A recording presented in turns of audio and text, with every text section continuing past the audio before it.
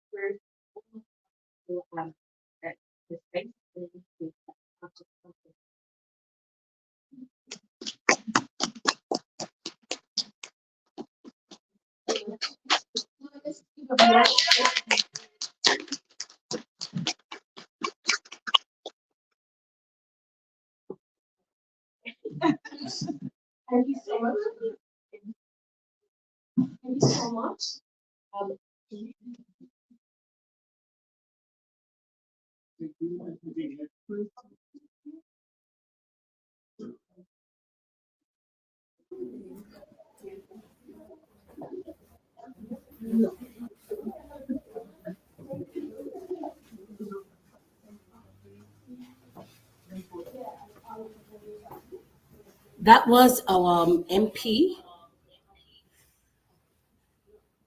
Just stay with us. We just need to adjust. I think I'm just gonna use that one.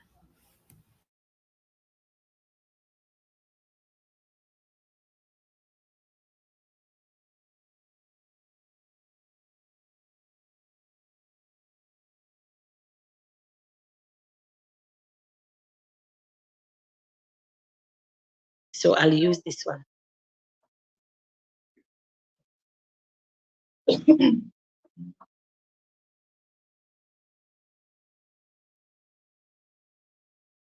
So for those who are online, I'm just doing a quick audio check. I know I've got tons of people watching us online. Thank you so much for letting us know. Are you hearing us now? Rudolph, can you just give me a big shout out, say, let me know if you are hearing the audio, how that is coming through. Just need a quick audio check, and welcome to those of you who are joining us online. Please help us to do this audio check now. And I just hear just anyone else who is watching live, can you just let us know if you can hear us now? Awesome. Thank you. We have a thumbs up that our audio is in. Thank you so much. And if you've been joining us and you haven't been hearing us, that was our state member of parliament, Honorable Karishma Kalianda, who was with us. She brought our opening remarks today, and we are very, very privileged to have someone who is so busy and has such a high level of responsibility in our state of here, who has taken time out to be here. And I love what she said about her own journey as a professional young woman. Yeah, she's young, she's actually young, right? Um, but she's had her own journey, and she has run for representative office six, and she was successful 3 of those times. And the last time she was state level as a member of parliament. So she was our local councillor for South Liverpool twice, two times in a row. And this is what we can achieve when we continue to strive and do our dreams. All right. Now, once again, I want to welcome all of you who are joining us from around the world. If you don't mind, let us know where you are joining us from, because we are very privileged to have you with us. But I'm going to run right into our next presentation, which is going to come from Jose Iborra. Now, Jose is a really good friend of mine. He is the CEO and director of the Darwin College, and I've learned a great deal from him around how we can navigate the education system. Jose has taught me a lot, and I've taught my children what he's taught me, and they are implemented it. And so he has to leave early, so I'm shifting the agenda just a little bit to allow him to go. And he's going to be talking to us around the higher education system in Australia, how it works, but how you can also benefit from selecting the right courses and using the right pathway. So on this note, please help me welcome my good friend Jose Ivora to the team.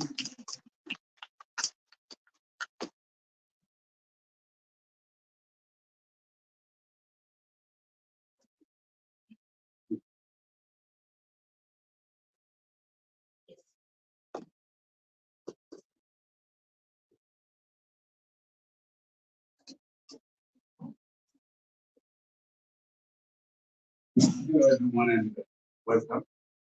Thank you, Stephanie, for introducing me and bringing me here. You're very generous. It was tough. I've done a few things in my life, of course. Being born in Africa and growing up in Europe, and then ending up in Australia with the 70s, and then with the child, whatever. I don't think I thought it was because of the so basically, uh, I mean, you progress through life by doing different things and by doing different goals. So if you look at my CV here, at my qualification, you can see that I've moved around, just adjusting, adapting, and changing my own perspective things. Because it comes stage, it changes, and then you probably need to update your qualification. Many of my friends think it looks like that. Of course, I didn't do PhD. Was years, but then I had a son in the late 90s. All out. Okay, talking about, we're going to come to today very quickly, but I thought it was very important to look at the education structure and how it has actually evolved. To the Greece, Spartan, the Chinese, Indians, to the system, if you're a plumber, you teach and then they had all these systems around. So although I'm going to talk today, I think it's actually is very structured from even 1,000 years after Christ. So then we had so there's been quite a few and the thing is people when they learn the theory, don't learn philosophy, even in the bottom there you can see that Oxford or Cambridge, we call it Oxbridge. They would teach them philosophy. Yeah. Imagine, they would teach the man philosophy.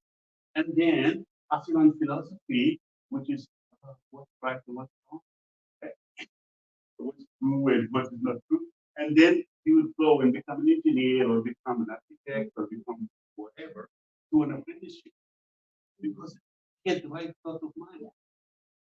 Because he had learned how to learn. And then he got to an informal apprenticeship. And then he would learn all of those things. You see? And then later on these days, then we have changed quite. So most of the changes that we see has happened since 1995 that most of this has happened. So since 1995, we're actually back to the 80s when the Labour government.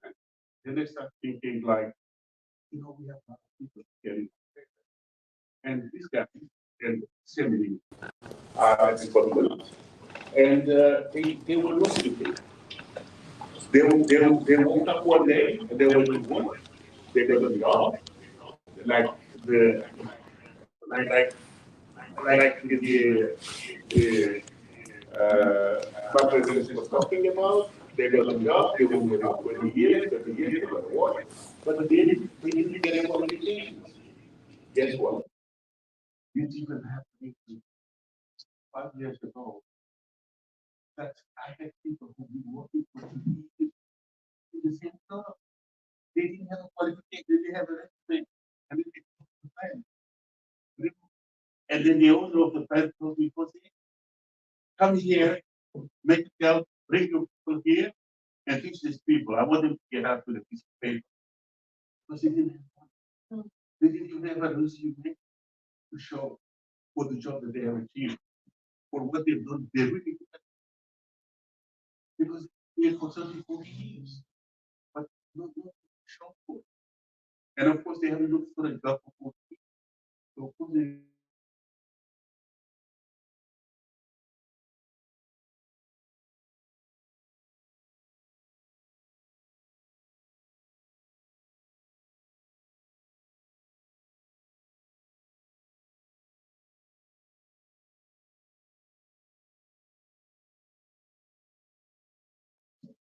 we looked at the amount of training.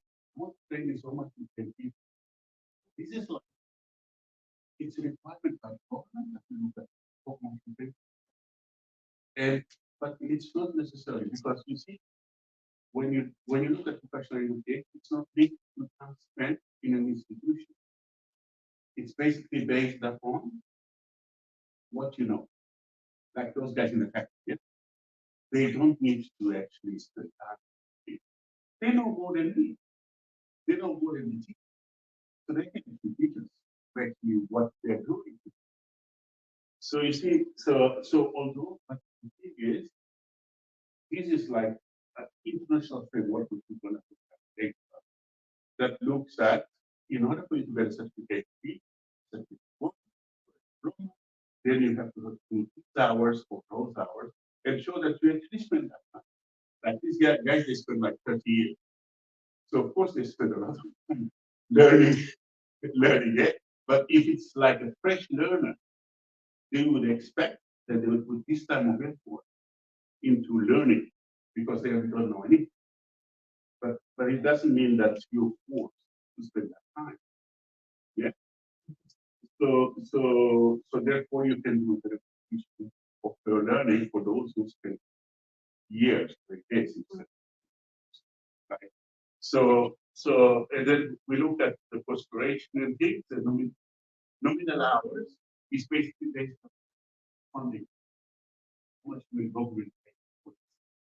Like we have a few, we have quite a lot of students, but you know the government they pay unit that you finish, not per unit, like when you finish the course. So actually you can do 1 unit, 2 units, you don't get paid. The institute doesn't pay until you finish the course. So most people are actually, you know, so therefore the nominal hours is only linked to funding.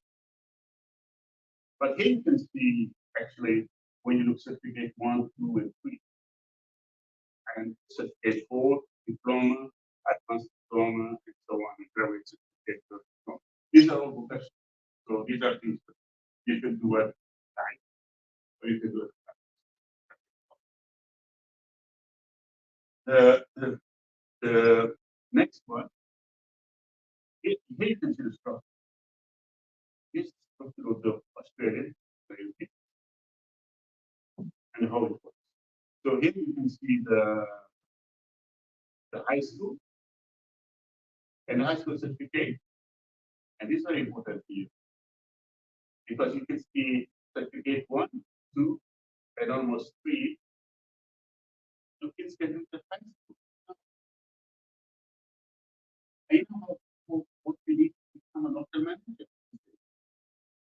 Just to have the alcohol, gambling, and then you certificate 3, 2, and 3, and that's the certificate 1. So, like in best suburbs city, all the rich people, guess what they do? They make sure their kids certificate 1, 2, and 3 while they're in high school. So guess what? When they go to university, They already, you go to North End, they're already managing that. You see?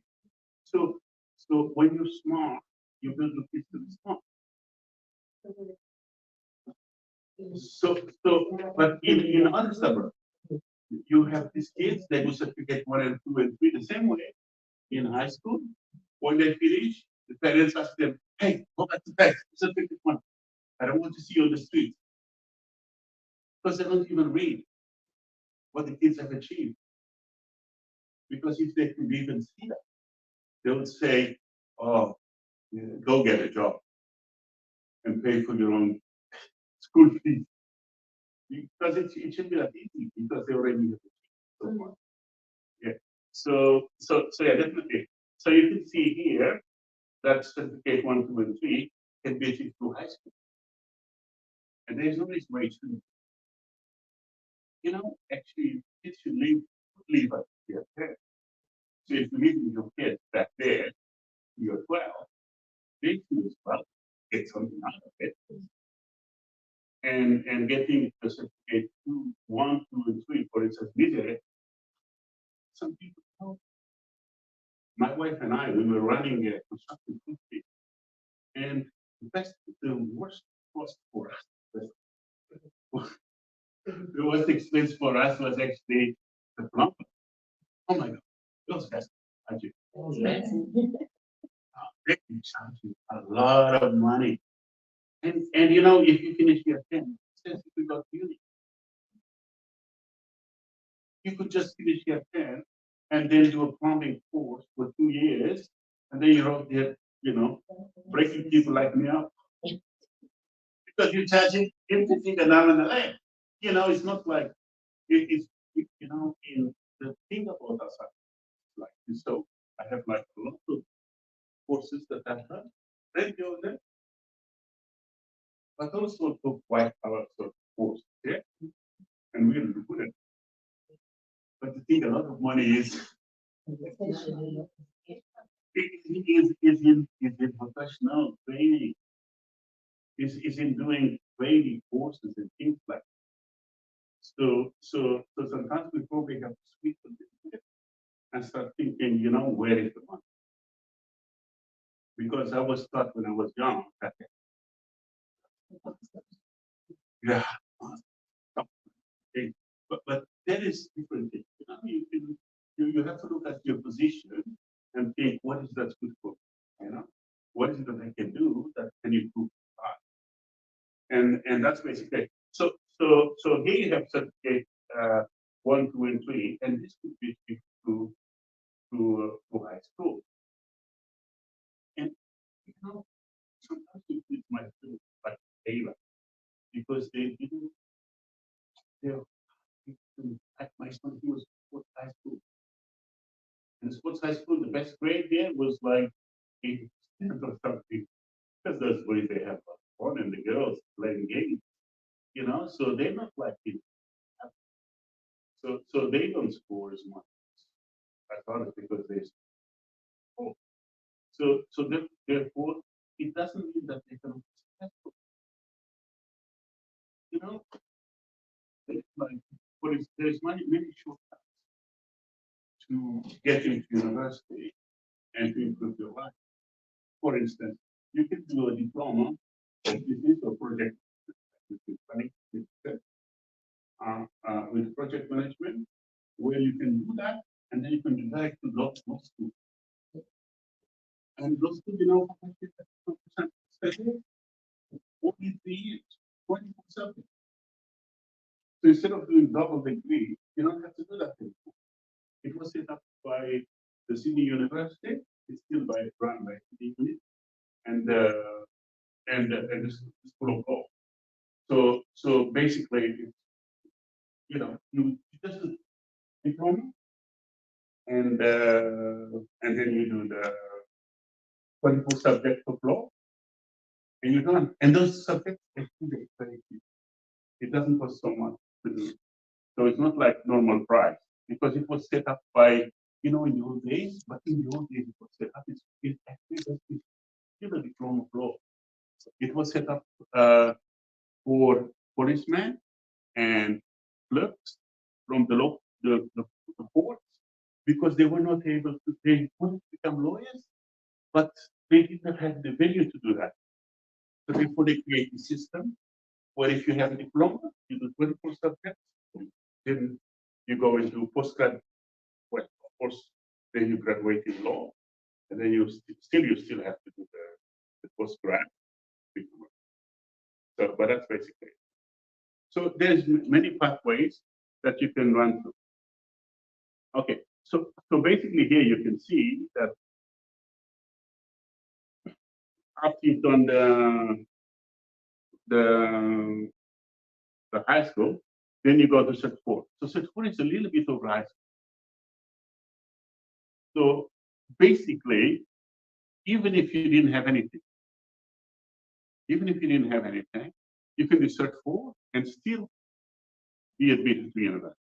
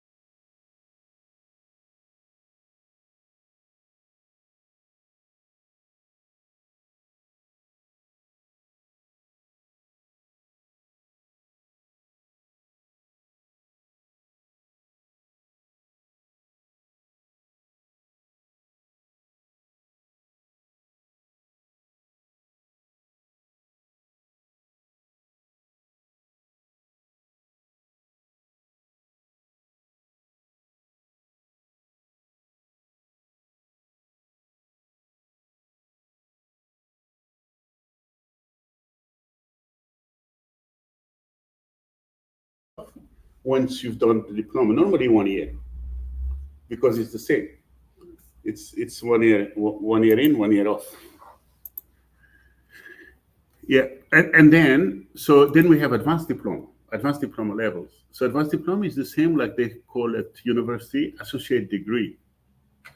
So the associate degree is like 1.5 years at university, and in the vocational system we call it advanced diploma, but they are also paired up. Advanced diploma university. So normally with advanced diploma, they would give you 1.5 year off from university. So that's why it's very important to look at those things. So if you feel like a little bit scared of university, it's very good to just start at vocational and then walk all of your way to university. Okay? So for instance, for vocational system, we go from certificate 1, 2, 3, 4, then we go to diploma, then we go to advanced diploma, which is level 6, and then you're thinking of your bachelor degree. Bachelor degree is level 7, but we don't issue that in vocational. So level 7 is only issued by higher education providers. They issue level 7. But us at Darwin College, we don't go to level 7, but we do, for instance, we go one step up. We do postgraduate diploma, which is level 8. So level 8 is postgraduate diploma, which is just before you get into your master's degree. So when you do your level 8, because master is level 9, yeah. So when you do your level 8, that means that you've achieved your your postgraduate diploma. Like me, for instance, I get a postgraduate diploma in psychology. I have a master's in marketing, for instance, but that is level 9. So we get master's, then it's level 9, doctor is level 10. So that's basically how the system works. So when you do level 8, then you also get, if you do it in the private sector, then you also get academic credit from your master's degree. So say even if you study with the private provider, private college, you do your postgrad in business, then you can go to university and say, I did this postgrad with Darwin College, and now tell me how many credits will I get. And then they tell you. It varies from institution to institution, but it depends. Say, if you're doing business and you want to do accounting is very technical, then they said, okay, 2. But if you're doing business, you want to do MBA, then they probably say, 8 or something like that. So if it's very much related, then they might give you a little bit more credits. But that we will not promise. So how does this sitting if you're an international student, for example, and let's say I had a degree here, and I think most of the time when you're coming and you want to translate it to Australian qualification, there's always assessment that needs to happen. And at times, from few people that I know, some they were told that, oh no, this sits at a diploma. How does that work? I'm just trying to understand, like, if you're from overseas and you want to translate those qualifications, will that still be like when you do the RPL? Do you need to do an RPL for it to be recognized as a diploma, or just trying to? Well, yeah, I'll go back to the next level then. Yeah. Next slide. Yeah. I was thinking talk about that. Yeah. So basically, what happened is the system.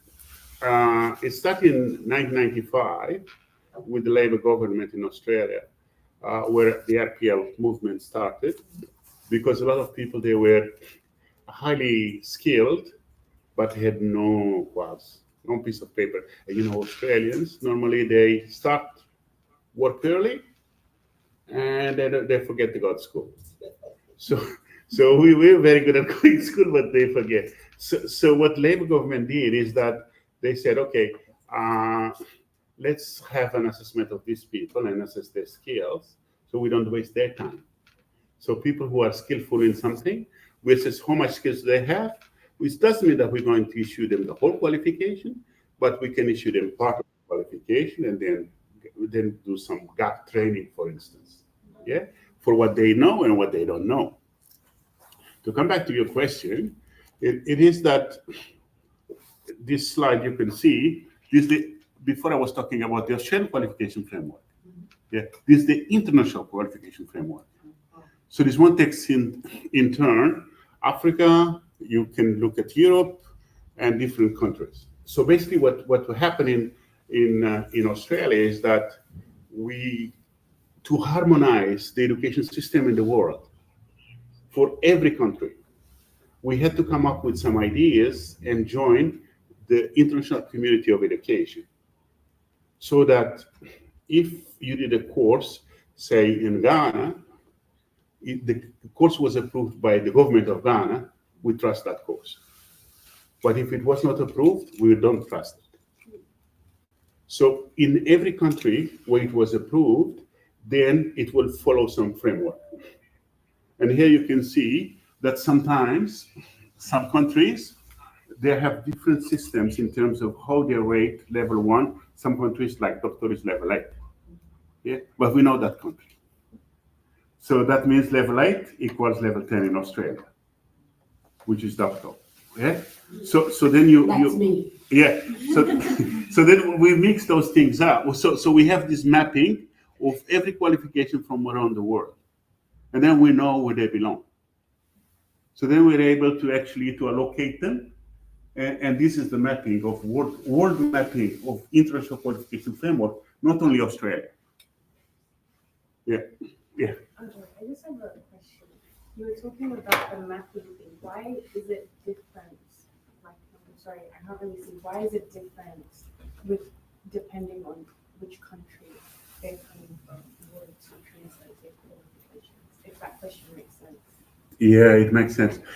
You see, each country is independent.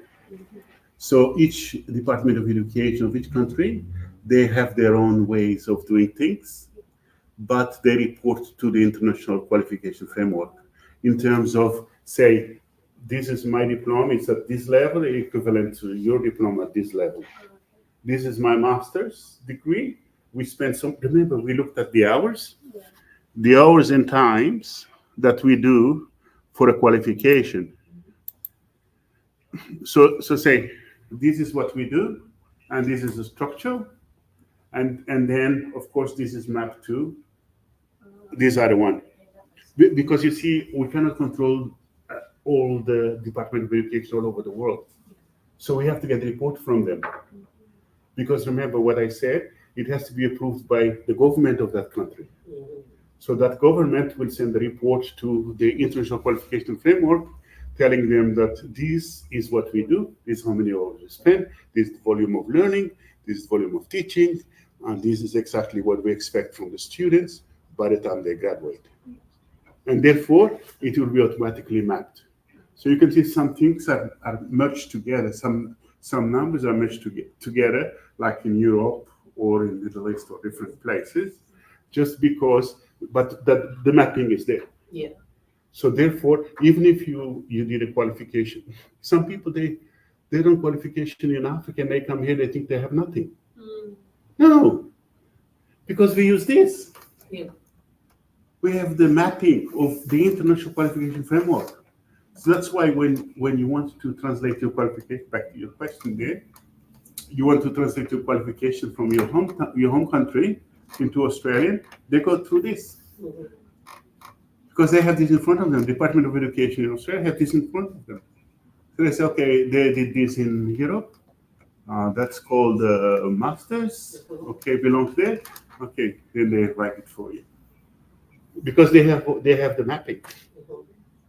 So it's not like whatever you did in your country is also welcome here, and that's why we import quite a lot of people from overseas because they're highly capable and professionals, and we need them. But in order for us to accept them, we have to go through this process. What is it that their own country accept? So say if your own country doesn't accept something, then we don't accept it either. But if your qualification is approved by your own government, then it's welcome to us. So we steal a lot of labor from poor countries. Yeah. Okay. Any questions? Yeah. One from me. So someone who's coming from overseas as a, they've got like an undergraduate, they got a bachelor's degree in something, and they come here and they just feel daunted by, oh, I see a job that I like, but the way they have written maybe the job description or that advertisement, I'm not sure. What advice would you give to that person who's interested in trying to use their qualification to do something here? How should they look at, for example, a job application? How do they match up their qualifications to what an Australian employer is asking for? Yeah, you see, the thing in Australia is always around experience. Yeah. Because, most people, they don't really spend so much time in school, but they spend a lot of time actually working. So, and one thing that we are very good in Africa at is actually studying, but not working. Wow. So, and that is one of our weakness. So the thing is, you have to think about work in terms of not only paid work, not only what you get paid for, but you also have to look at volunteering. Like we do a lot of volunteer work, the volunteer work it's worth a lot. It's worth a lot in terms of your ethical commitment to the community, and it's also worth a lot in terms of your skills that you gain from doing volunteer work. But when it comes to the degree itself, it's just like you just have to match the qualifications to a degree. But in Australia, they're not so much into qualifications. That's the thing. Experience, yeah. That's the thing. So I would like you to focus much more into experience, even volunteer experience. Yeah, volunteer experience. So that's very important. Like me, for instance, I have many degrees. Nobody ever asked me for one. That's right. That's right. Nobody ever asked me to show them one. And I'm a very old man. So definitely focus on experience because people care a lot about it. And if you don't have much, try to gain some. Yeah, focus on that.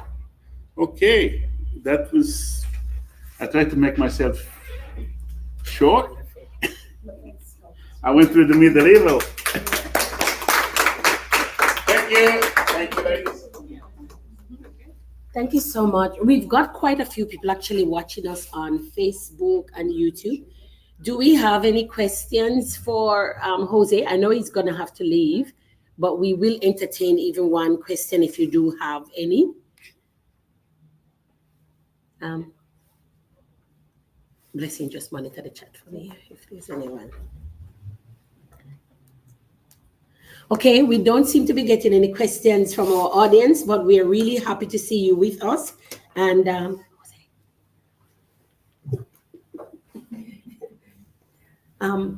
can we just, give us a virtual thumbs up for Jose? And the next presentation coming up will be the door. Next presentation coming up will be, I'm going to open this one. I'm going to be doing the next presentation, and this is where we're going to be focusing now on transferable skills.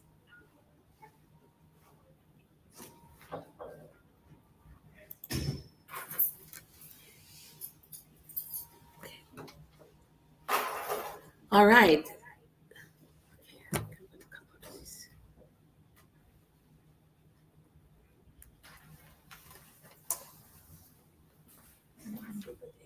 Please come on in. Come on in. Yes. Come on in. Yes, please have a seat. Thank you.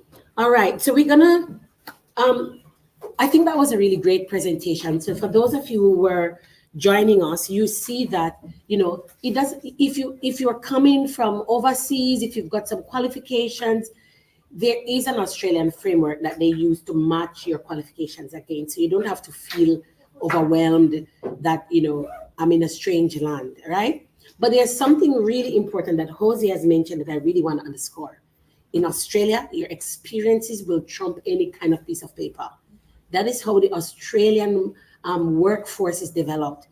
Australia is interested in experience, not so much in the qualifications. The higher up you go, like in those executive positions and so on, senior, but even in Australia, there are lots of senior managers in my workplace that basically, they don't even have a master's degree. But you know what they have? Years of experience. They have done the grunt work, and that is valuable in Australia. If you're watching us from overseas, this also applies to you. If you're thinking of coming to Australia, your experience, and it worked for me.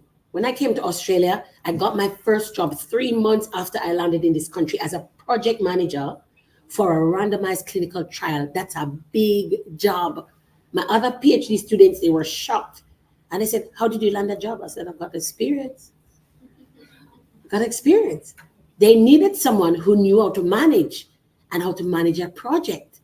And I had all of that coming from my very little country of Jamaica. And I got a big job.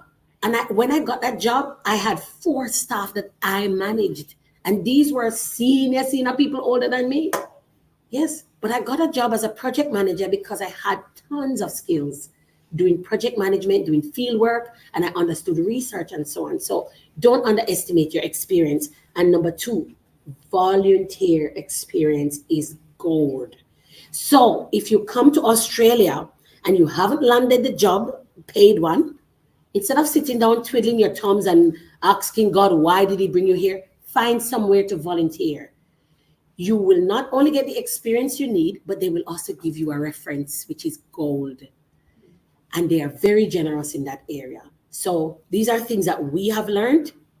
It's quite valuable. My other screen has kicked off again.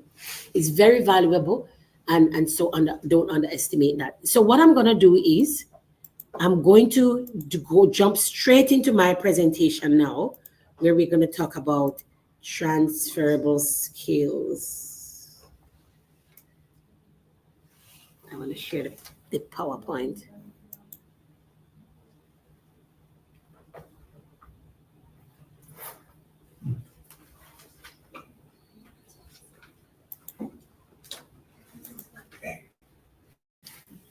Thank you so much, Jose. See ya. All right. F5 for my. That's not what I wanted. Yes. Can you see the PowerPoint? Yeah. Awesome. Why is it still showing me Jose? Okay. All right. So we kind of started a little bit.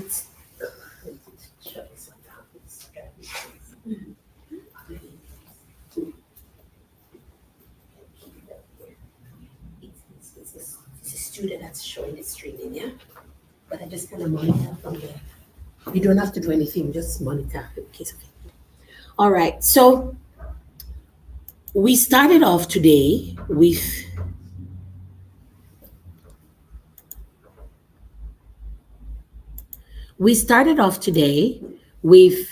our member of parliament who really introduced us to this whole concept of, development in our region and positioning us in terms of what we can really achieve if we remain consistent and build the resilience that we need and learning from our failures. And then Jose helped us to understand how to crack that code, right, for the higher education. And before I continue, I want to take this opportunity to do an acknowledgement of country, because we had meant to do this at the beginning, but things happen.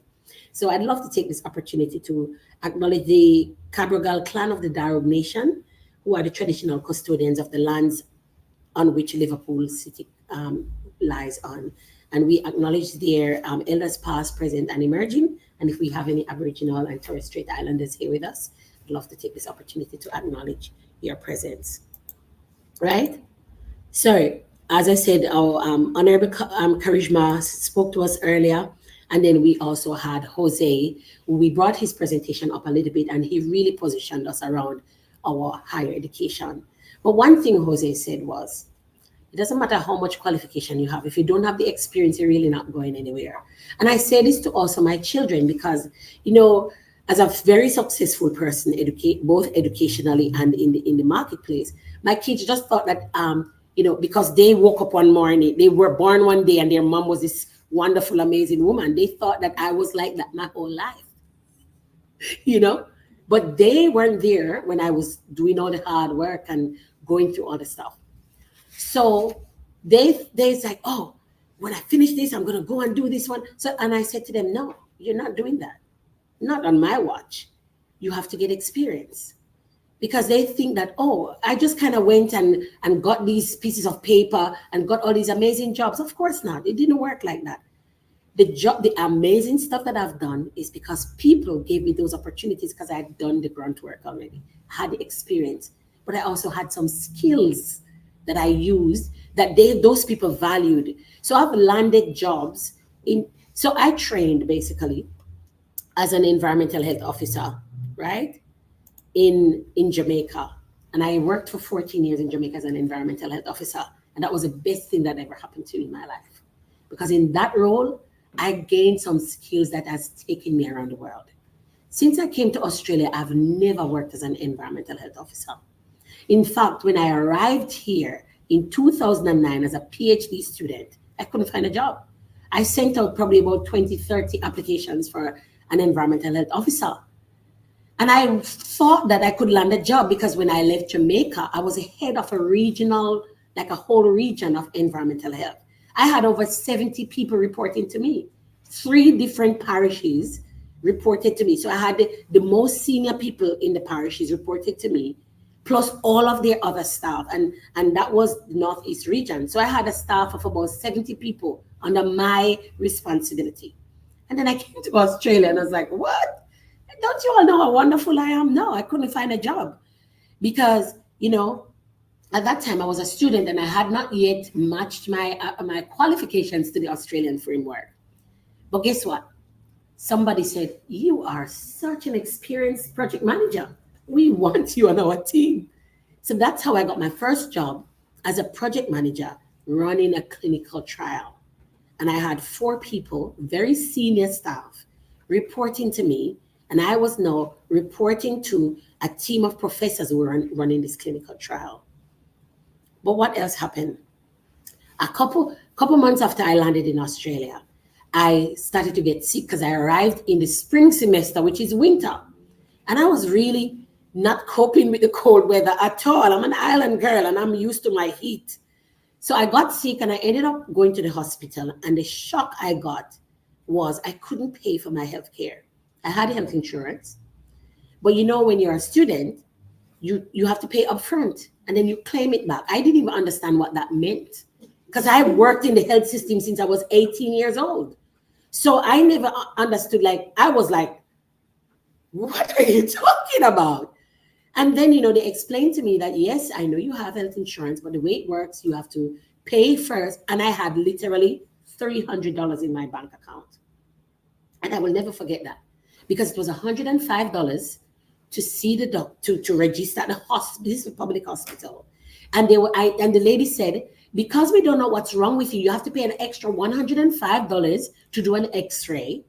And then if you need a prescription, and then I was thinking, I was doing the math. I'm like, I have $300 and something. And if I have to pay $210 out of it, I don't have money to pay my rent. And can you imagine my shock? And I'm telling you, I was completely overwhelmed. And I was so frustrated from that experience. And I began to pray. I began to cry out and say, God, what have you done to me? But it was in that moment of frustration, God said to me, you don't need to be frustrated. I've already loaded you with skills that you don't need to go stress yourself about finding an environmental health job. And you know what God did? He showed me. I went to uni and my PhD supervisor said, how is the job hunting going? And I said, well, look, I'm not really getting anywhere. And he said, have you dropped your CV off to the Faculty of Nursing? It's now Faculty of Health. I studied at the University of Technology. I never even thought about it. So I just walked over to the faculty, didn't know anyone over there because I'm not a nurse. But I took my CV, printed it out, and went over there and I began to knock on the doors of the professors. And I gave everybody a copy of my CV.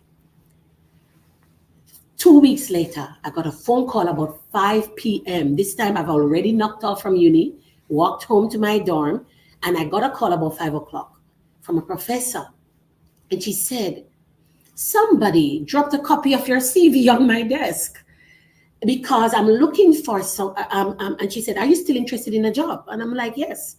And I said, who is this? And she said, I'm Professor so-and-so. I'm looking for someone. She said, somebody's dropped your CV on my desk and I wanted to know if you're still interested in a job. And I'm like, yeah.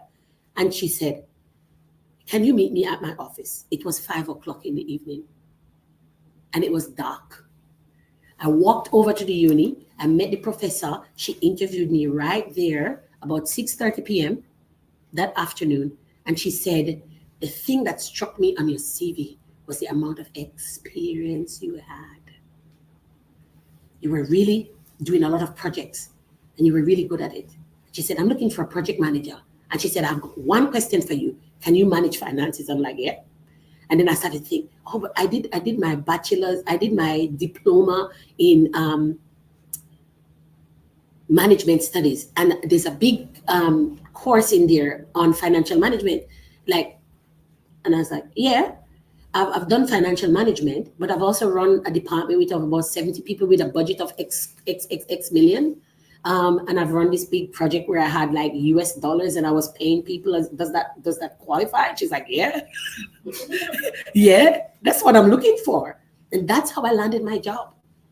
You want to know how much money she gave me to manage? Who want to guess?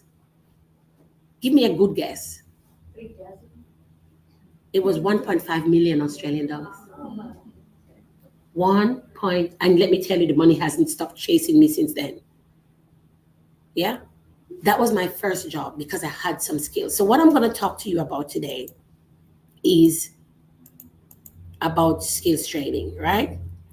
The skills that really have shone forth for me are my project management skills, my research skills, my evaluation skills, my leadership skills. I've got skills just coming out of my ears. And that's why I will never go hungry and I will never be out of a job if I want to work for somebody, because I've got skills. So today, what I really want to help us to understand is about how you can use those skills that you already have to position yourself in the marketplace. But before I go any further, got to do the little thing. I do some of this teaching on my YouTube channel called My Career, My Calling. And I've already got some good material up there. So if you don't mind taking your phone out, go to YouTube and find My Career, My Calling and click that little bell. I would appreciate it greatly. My Career, My Calling on YouTube. Yes? All right? So in my talk today, I'm going to be presenting with you a bit of overview about strategic positioning. I'm going to define what transferable skills is, how to identify, highlight, and market your transferable skills, how to strategically position yourself using your transferable skills. And then I'm also going to touch a little bit on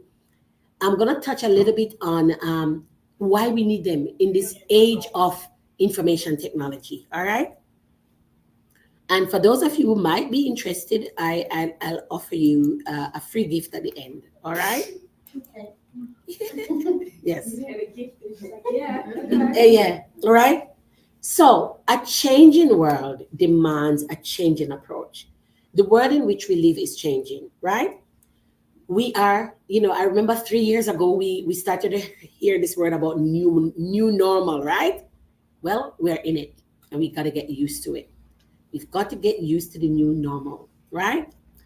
The integration of technology into every single aspect of our lives has transformed the employment landscape.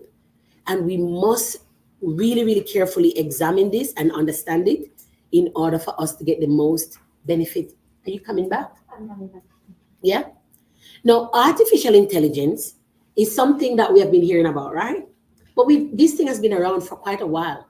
The reason why you're hearing so much about it is because now it's literally at our fingertips, but it has always been there. When you go in and you used to pop in and you see those little chat bots that come on and you ask a question and it gives you an answer. That was a robot all this time. And a lot of these things, a lot of these automated stuff, it's been there behind the scenes for a while.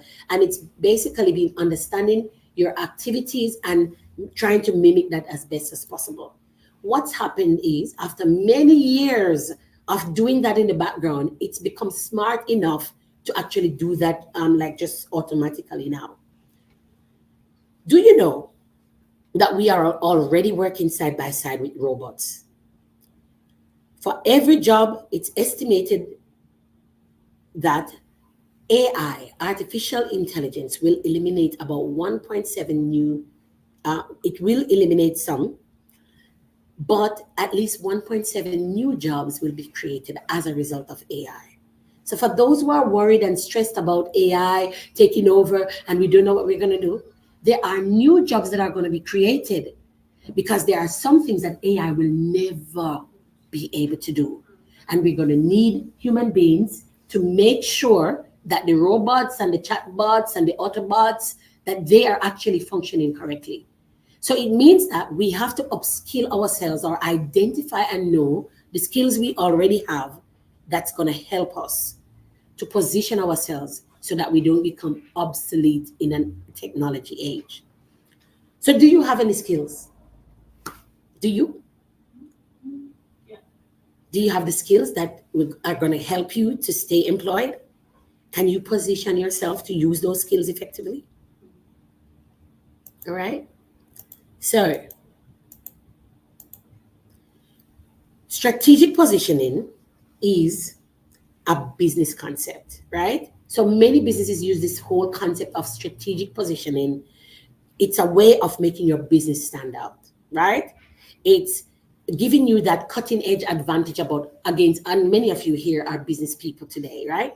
So your strategic positioning is really this concept about what is your extra added edge that you have that sets you apart from other people in the same industry or delivering the same kinds of goods and services that you are delivering, right? It is important for businesses because it helps them to identify their target market.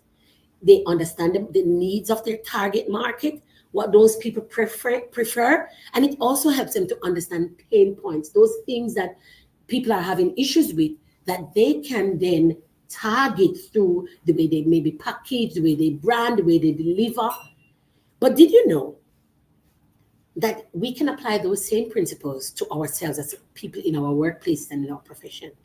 Exactly the same way that businesses do it. All right. So, the important thing, though, for us to understand is that nothing just happens. Everything is, everything we produce, everything that we get, it's a result. And results don't just happen. Strategic positioning doesn't just happen. It's something that requires a concerted effort. It must be intentional and it has to be done in such a way that we are positioning ourselves to get the right results.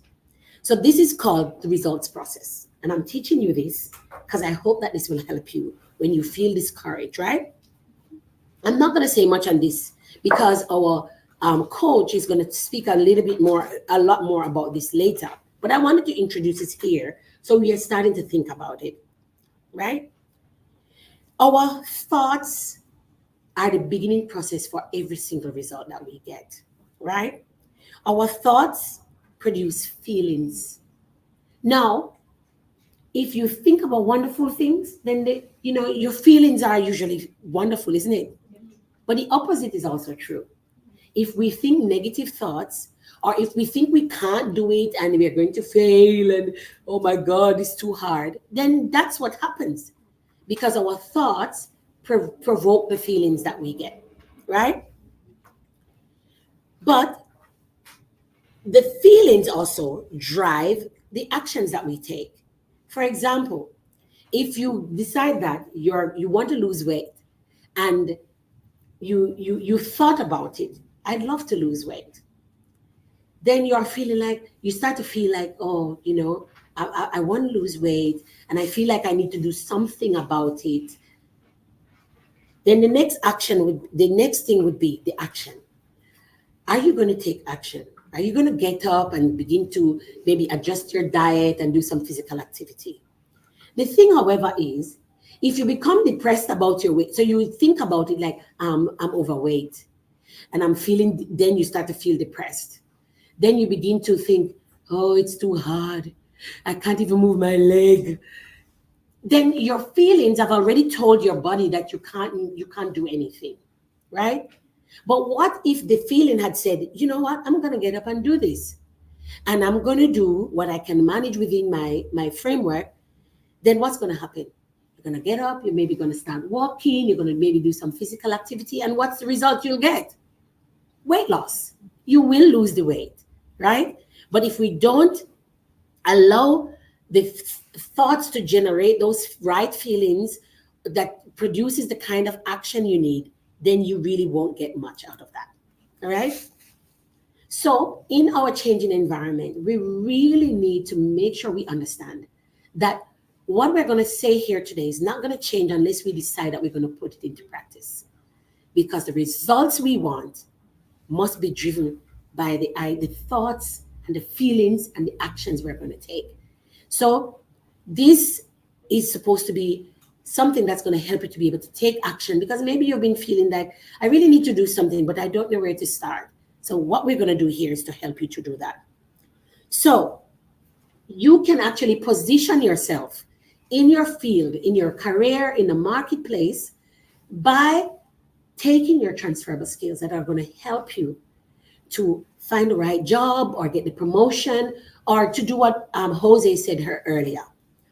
Find that volunteer opportunity that you've been looking for a while, or gain the skills you need from taking those kinds of actions. All right.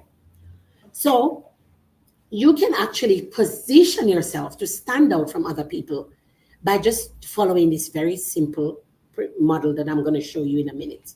All right. So your transferable skills are the skills that you can use in different jobs and industries, regardless of your specific role or field. And that's what I've done. I am like a queen of doing that. I'm telling you, right?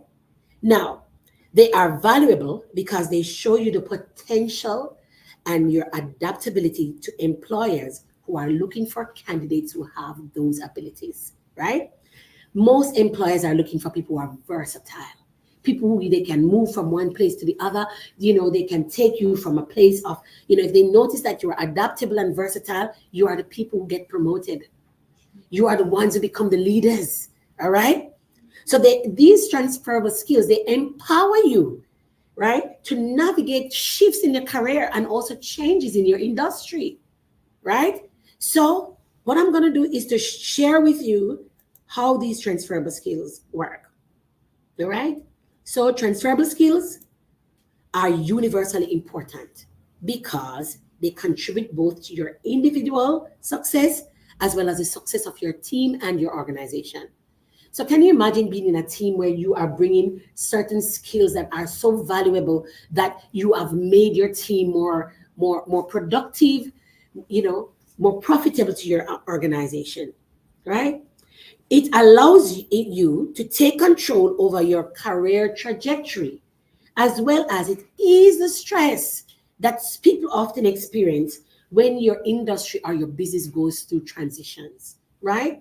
So, for example, if you are in a field where they are introducing a lot of automation, like I work in the health industry, and we are probably some of the slowest people to adapt into new technology. But guess what? In some areas, if you're, for example, in the private sector, or you're in those areas where you have a very forward-thinking manager, the technology keeps coming in, right? And so when you have these transferable skills, they help you to position yourself so that you don't become obsolete or you're lagging behind, all right? It helps you to take control over your career trajectory, all right?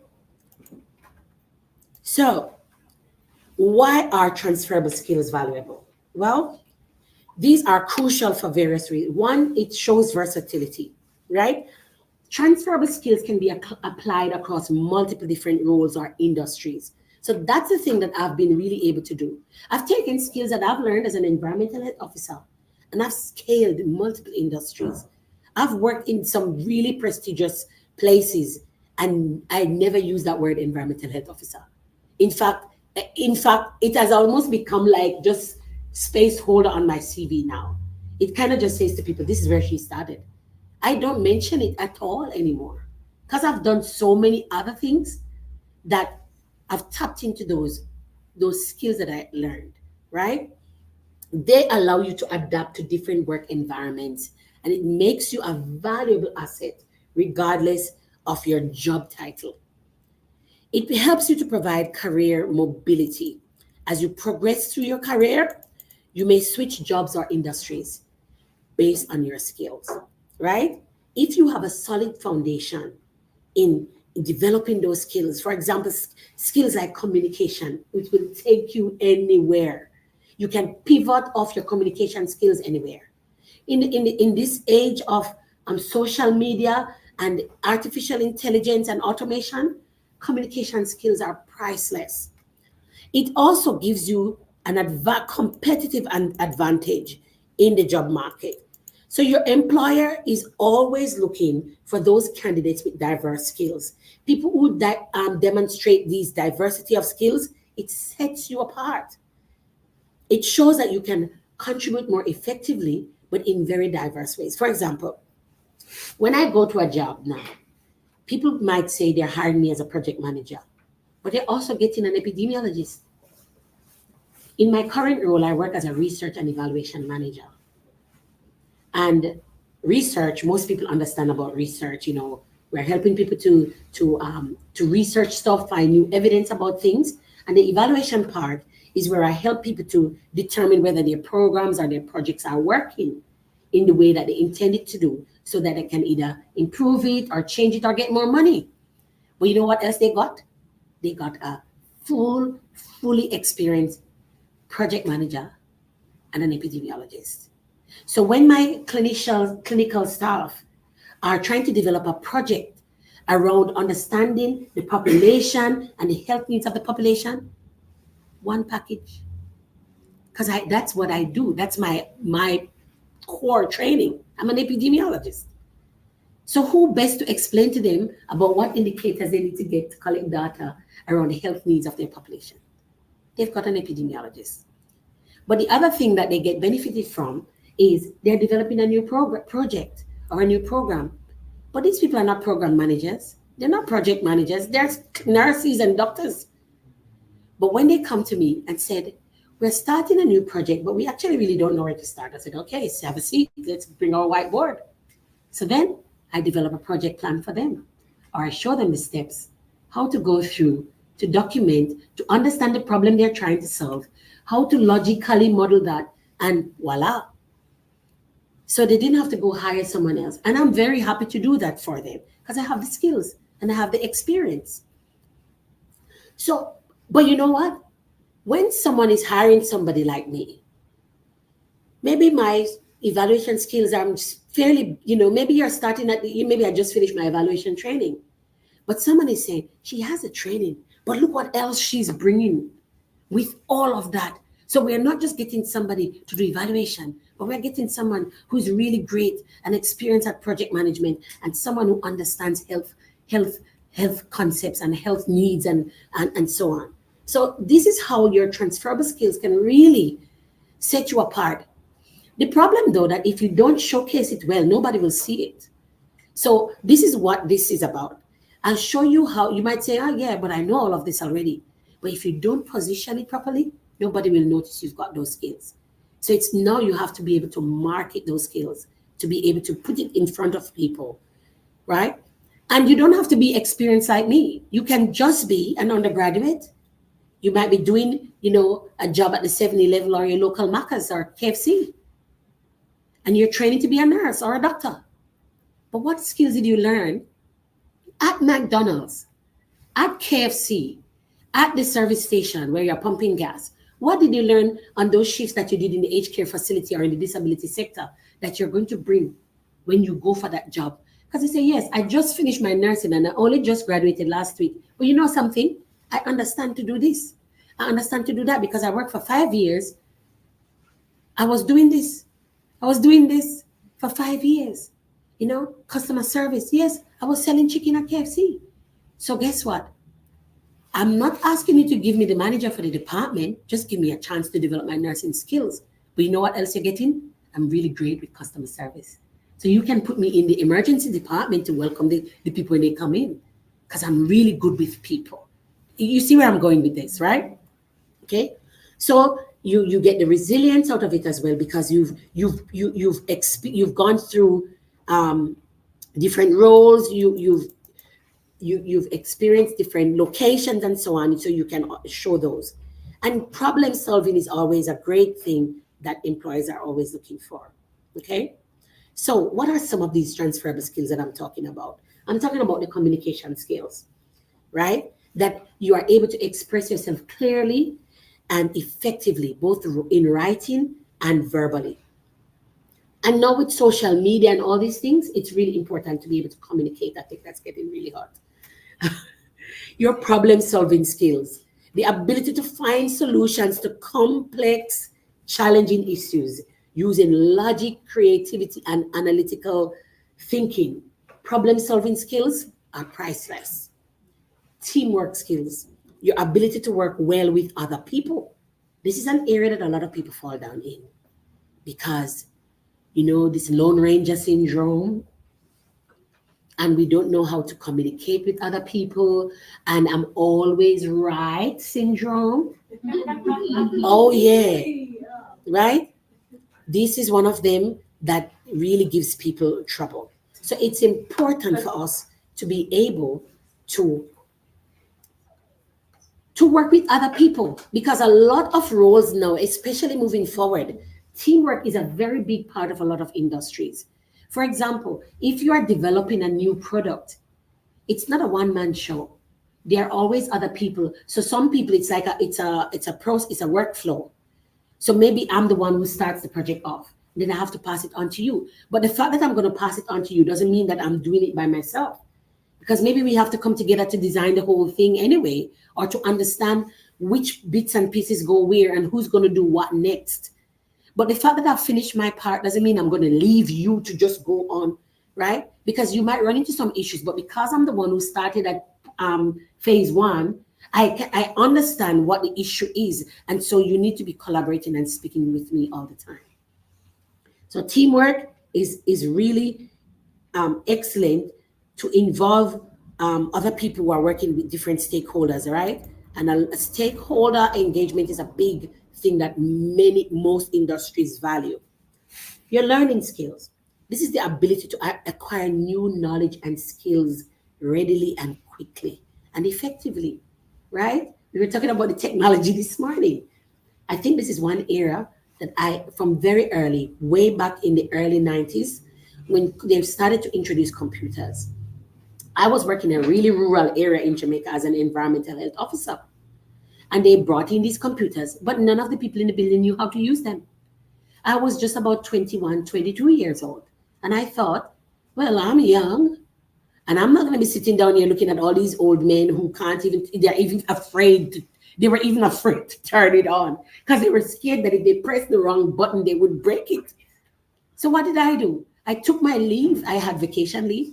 And one of my girlfriends, she used to teach computer science. So I took leave and enrolled in a little computer science class. And for 6 weeks, I went to her house every single Wednesday. And I sat down and she taught me not just how to use a computer, but every single application on the computer. So I know the computer inside out. And back in those days, that was in like Windows 98 days, when you had to click everything. Yeah? So now I've seen the Windows program upgrade through so many, we're 20-something now. So I'm coming from Windows 94, right? So there's nothing that they can throw at me that I can't deal with in Windows. So I create my own websites, I do applications, I do this, because I'm intrigued by it. But that was in a time when the technology was changing. Because you see, when I started working, we had a huge ledger, which was about from this side of the table. And I used to do surveys of the communities, and I have to enumerate every single household, every single building. I had to document them. Every household was registered, every premises. And I had this book that was like, okay, about the size of this screen here. And I had to write it down. But it came to us, it's like, then I have to go back and update the book. And then there's no space. And then I began to do a spreadsheet. And life became easy. Because all I had to do was to add a new column and just add the date. Yeah?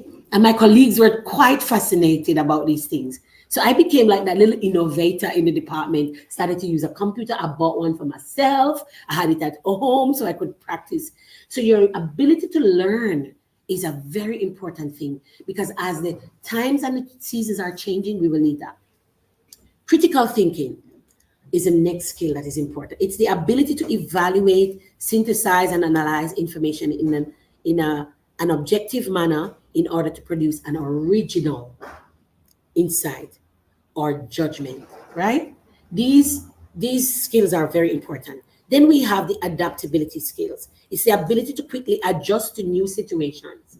That's really important. And many of us in this room, we are migrants. We've come from somewhere else. And I think The fact that you are here today means that you demonstrate some of these, because to move from where we are coming from to adjust to the Australian workplace is not easy. Yeah. And I don't know about you, but I found that difficult. Just the way people think about things are completely, even just applying for a job. Back home, when we applied for a job, and we begin, and I'm Jamaican, by the way. So this is how we write our cover letter. Dear so and so. And when you begin to lavish on yourself all your accolades and all your character, you are writing your own cover letter. I'm a personable person. I'm jovial, and and all the adjectives you can find. We are packing it in that letter. It was okay. I came to Australia. You write that in a cover letter. What happened? They won't even give you an interview. This person is full of themselves. It doesn't work here.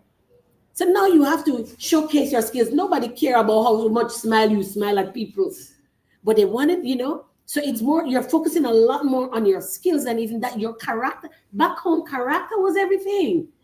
I'm honest. And then you get your pastor at church to write your recommendation with all of the same things. And your uncle, who is somebody. And all of the recommendations, 90% of it was all these glowing, flowery words about you and 2 words about your skills. And that was enough to get you to an interview, because people valued your personality so much. But here, I started to realize, all this thing, people want to know if you can do the job. We'll work out the personality stuff later, right? So this ability to adapt to new environments is very critical. And you can't just say, but this is the way we did it in my country, and I don't care. No. And if you want the job, adapt, right? I'm not saying you're going to throw away your values and your morals, but adaptability is very critical if we're going to get ahead. All right, I'm running along. Question? Yes. I have a question. Please. When it comes to your adapting skills, what would you say to somebody, or what advice, in other words, would you give to somebody that struggles with adjusting to different changes and different environments? What are the best ways you would say for them to cope with that situation? Okay, so the question is, what kind of advice would we give to someone who finds it difficult to adapt or struggles with new environment? It's normal. That's the first thing I would say. You're not weird. It's actually normal, because humans are wired for safety, right? The way we are wired is that we want to be comfortable, and we've been nurtured that way our entire lives. What advice I would give to them is to say, it's okay to feel nervous. It's actually normal to have a bit of anxiety about new and changing environments. However, the next piece of advice would be, give yourself room. Give yourself breathing space. Give yourself an opportunity to explore. Remember what we spoke about, the results formula? It begins with the thought. If you tell yourself, this is something I need to do in order to take myself to my next step, then your thoughts begin to influence the way you feel. So that anxiety and the fear begins to diminish. Because now I'm thinking, I need to do this. I know my legs are shaking and I'm salivating. However, what is at the other end of this is something that's going to do me good. So you're positioning your thoughts, which are now going to propel you into action towards your goal. All right. So as I said, acknowledge it first. I am scared and I'm feeling anxious about this. But then you disarm that fear immediately. You have to disarm the fear about taking action. And the way you disarm the fear is to say, I know I'm feeling nervous about this, but what's at the other end of this is something that's going to do me good. And so what I'm going to do now is to redirect the way I'm thinking so I can have the right kind of feelings or vibrations that are going to channel me into the right kind of direction that I need to take to get there. And that is a good place to start. And then lastly, I would say, if you've tried all of that and you really feel like, okay, get somebody, talk to somebody, get someone to help, motivate you and cheer you on. Because sometimes all we need is just to know somebody's behind us who believes in us. because sometimes they will believe on our behalf, and that is powerful, right? So if you have a friend or a teacher, someone who won't help you stay in your comfort zone, but will help you get, motivated enough to step forward. I strongly encourage that. All right. Okay. So the other two, I'll run through them three. The attention to details is the ability to assure the quality and the fine aspect of things. And a lot of people are good at this. Our clinical staff, those people who have to drop medication and have to calibrate and, and measure stuff. People who are really, really good. People who are, people who do hands work, like seamstresses and, people who are creative are very good with attention to details. Management is like a big one. Like if you have management skills, you can be anywhere, right? It's the ability to effectively lead people and to handle other people and processes and to make things work. And then, of course, we talk about the other leadership skills. Leadership is about inspiring and motivating and helping people to move forward. So management and leadership are different. Sorry, Another I have a question. With your management skills, what has helped you the most to, how do I put it in words, to actually achieve that goal of management skills? So, yeah. Well, I think management skills are things you develop, Yeah. right? I don't think you're born with them. So you learn to manage because of situations, right? I grew up in a family of plenty siblings. Of my mother's 10 children, I'm number 8. So I'm way down at the bottom. But you know something? I grew up 5 of us grew up together, and I was right in the middle. I feel like being in the middle of my siblings, I started to learn to manage from really early. Because when everybody was busy doing everything, I was becoming really independent and doing things for myself. But you know what I did? I learned from the older ones and the younger ones. I learned a lot from them. So when we were teenagers, my parents used to give me money and not my 2 older siblings to go shopping because I was really good at managing money, right? But not only that, I'm the one who would buy what they said they needed and bring back the change, right? So, the management skills can start from early in your childhood by just even with playing and your leadership skills on the other hand, you're born with them. But you need to nurture them and hone them and develop them, right? So you'll see some kids, you'll see 10 kids in the room, and you'll see this one that nobody calls him a manager, but if there's something if you need to tidy the room, this is the kid who will say, okay guys, we have to tidy the room before a teacher comes. Or when there's a fuss or a mess, this is the kid who will say, yes, like your daughter, who will say, you're making a mess. Or, okay, you guys, you stand over here. And then somebody will walk in the room and say, who put her in charge? But it's natural. She can't help it, or he can't help it. It just naturally comes out, and they're able to just make calm out of chaos, right? But with the management, it comes from dealing with difficult situations. It's something you learn. It's like a bit of coping, ability to cope with stress and learn from experiences. But it's about producing results. So management includes other skills like time management and organization and the ability to take something through a process and produce the result at the end. All right.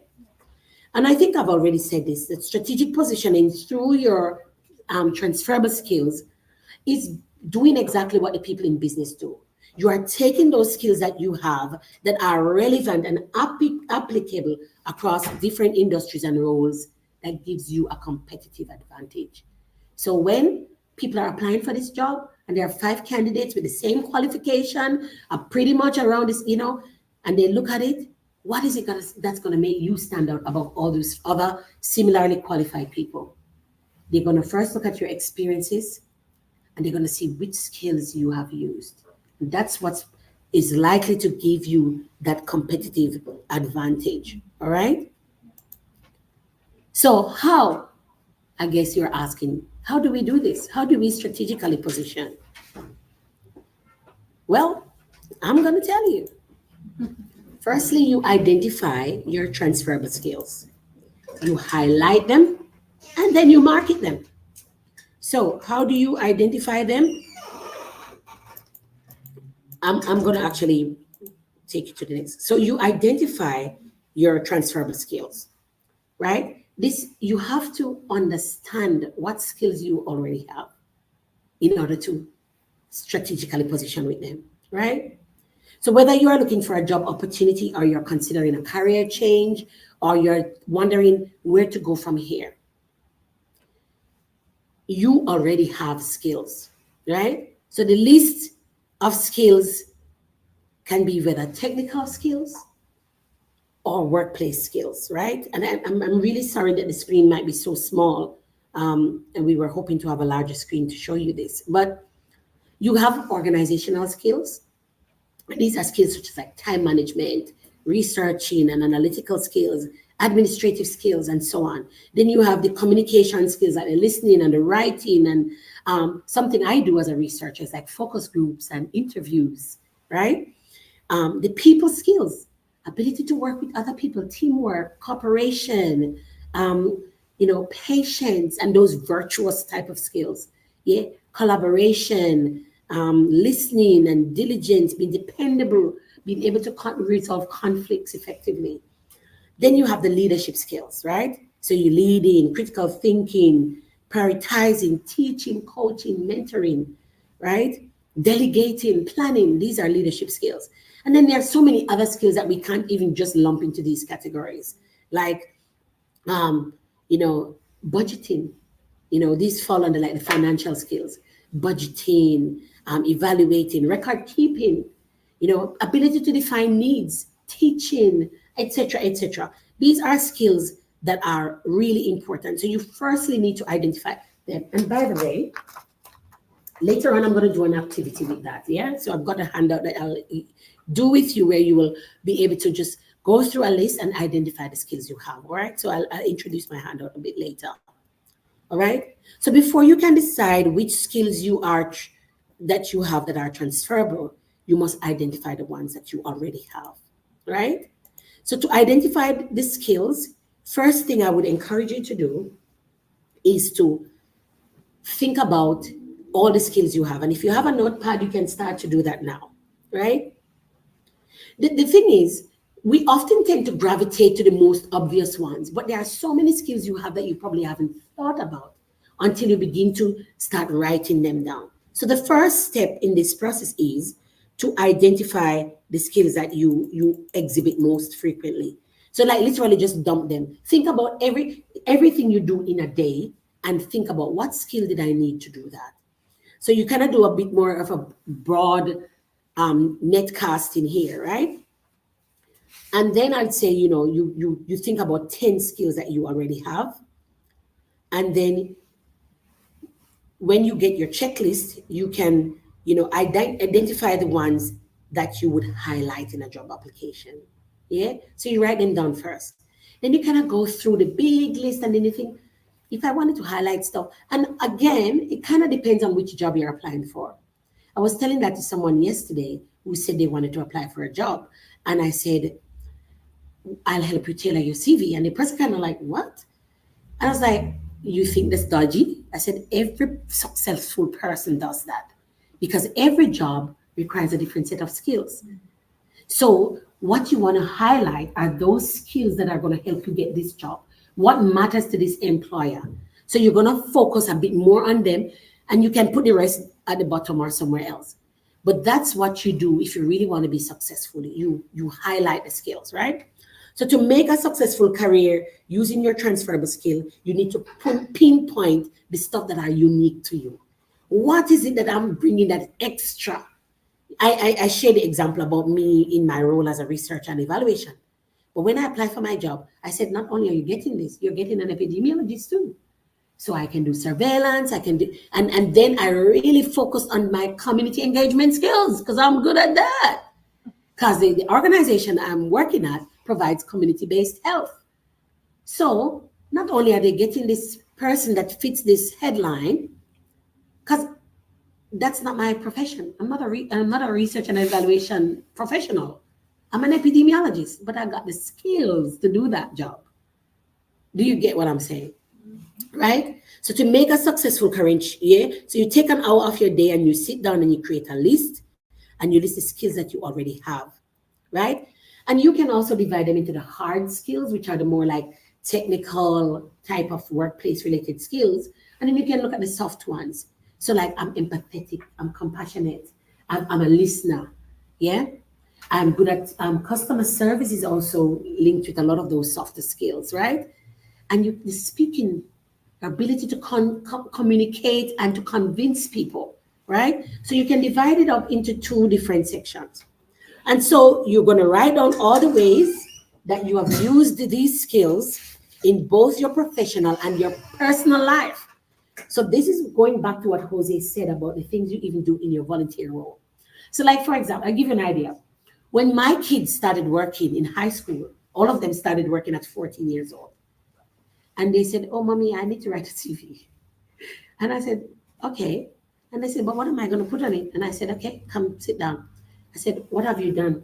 What jobs have you done? And they're like, jobs? I said, yeah.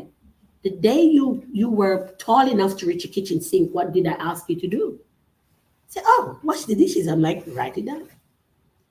And I said, and what do you have to do the other day when you're not washing the dishes? I said, I sweep and mop the floor. I'm like,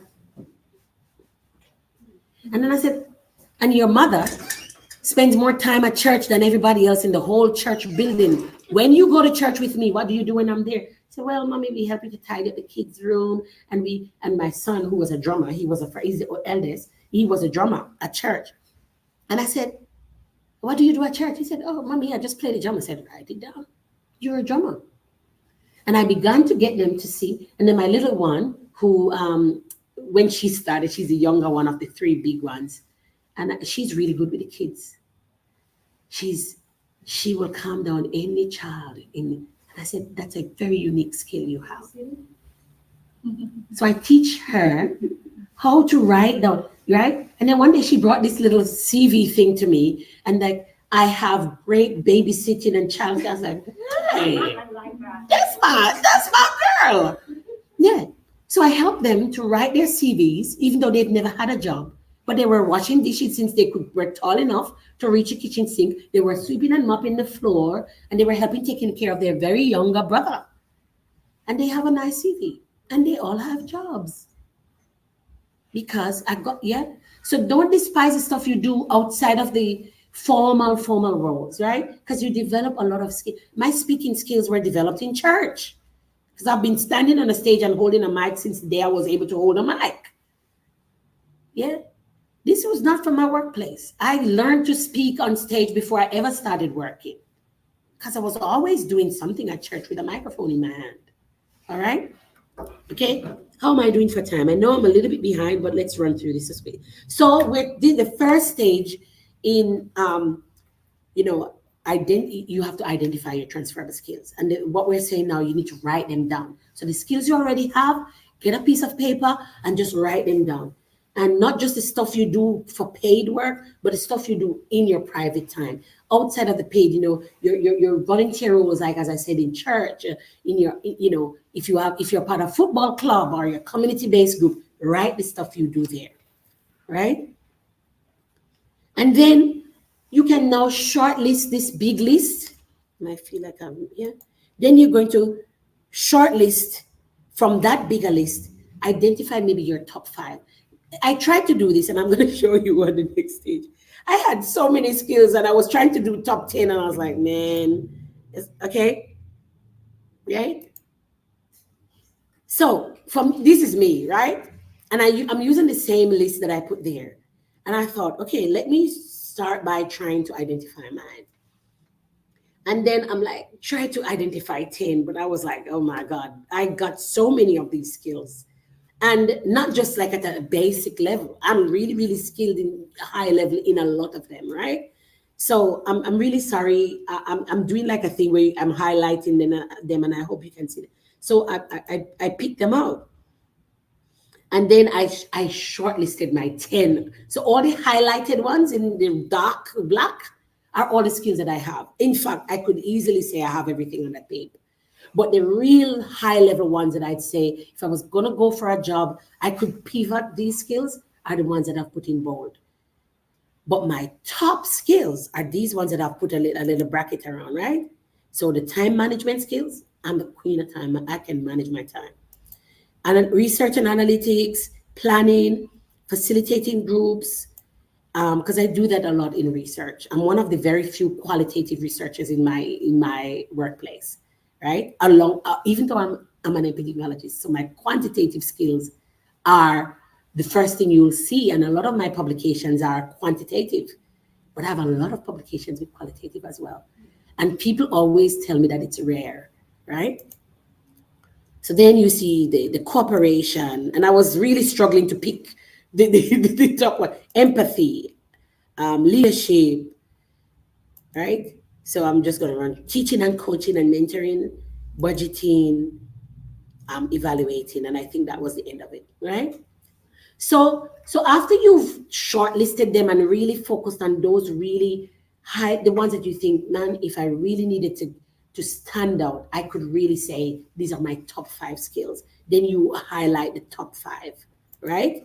But if you have plenty like me, I'd say highlight your top 10, and then within your top 10, you have kind of like the other top 5 as well, right? But it doesn't end there. You need to also talk about your achievements. So in that short list that you make, talk about the achievements that you've had, right? Right? So we're not just telling you that I have these skills. How do I know you have them? Well, here's an example. Well, in my leadership, I'm just going to highlight the first 5, just in the interest. Leadership, I'm a pastor. I own my own business. I work as a program manager, not just in Australia, but around the world. And I've done it at the United Nations level. I've been an advisor for the Department of Foreign Affairs in their foreign aid program. And I've headed up a whole department in a health organization. Yeah. Research and analytics, I've got enough publications to prove that. I've got almost 60 of them in scientific journals. Plus, yeah, and all of those, I'm usually the main person doing the analytical part of it. Yeah. And I'm the first author on about 80% of those papers. And I'm an epidemiologist. Planning. I do program planning, and I've worked in program management and planning roles. Teaching, coaching, well, I'm running this workshop and I'm teaching you, right? And I do career coaching and so on and so forth. And evaluating, I've developed programs and I've helped hundreds of people to develop evaluation plans and to evaluate programs. And that's just an example, right? Of some of how I would use those skills.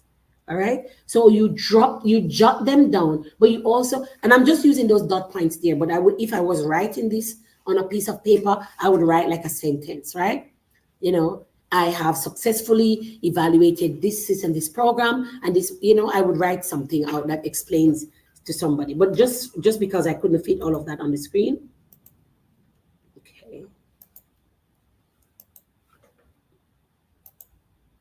Okay. All right. So first step was to do what? What were we going to do first with our transferable skills? Is to identify them. The next one now is to highlight them. How are we going to highlight them? We're going to highlight them on our resume. So the resume, so include in your resume a list of skills like bullet points. So somewhere on your resume, you have a little section that says key skills or main skills or just skills, right? And then you're going to highlight these from your short list. You bring those skills now and you highlight them in your resume. So that when I'm hiring you and your resume comes to me, I'll pick it up and I'm like, straight for the skills, because I'm looking for the one that's going to stand out for me, right? And the skills that you are going to put in that list are the ones specific to that job. Remember I said my conversation with my friend last night, and I told him that he's going to adjust his resume. And I was like, yes, because he's a pastor. But you're going for a job in the industry, not as a pastor. So I don't need to see your pastoral skills now. I want to see the skills for that job you're applying for, right?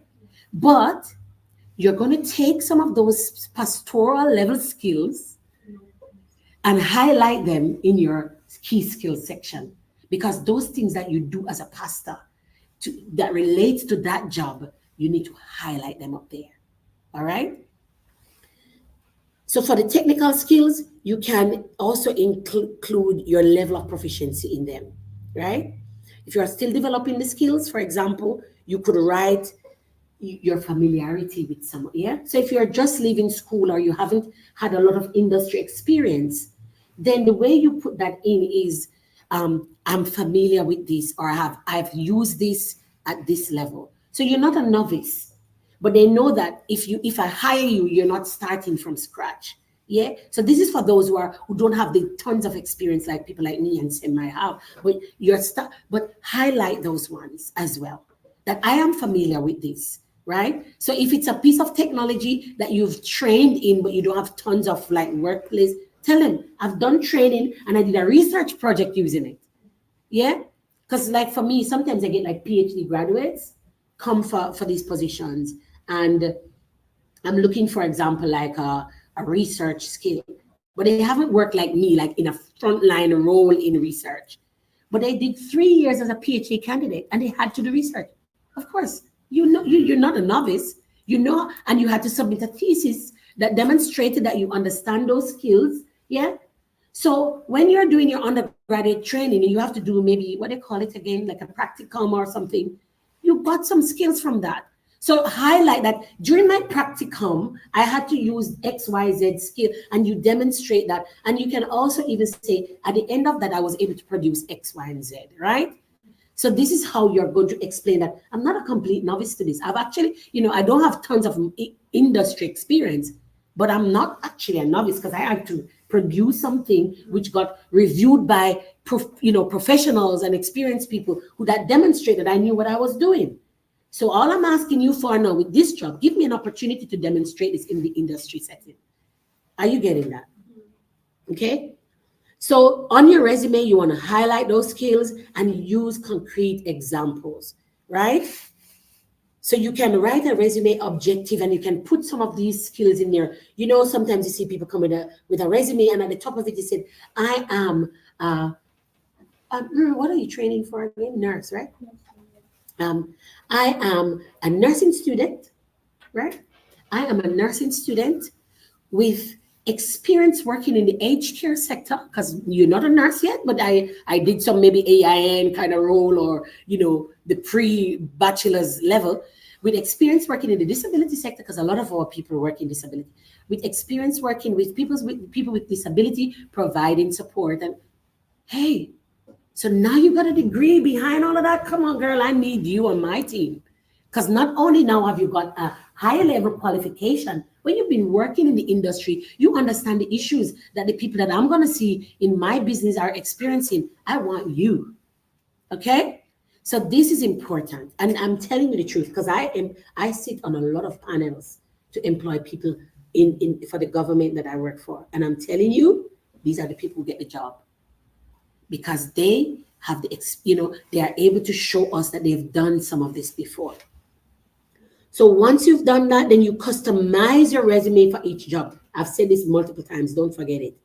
So if you're moving to a different area, the job title might be different, but what they're asking for is for somebody who has these skills.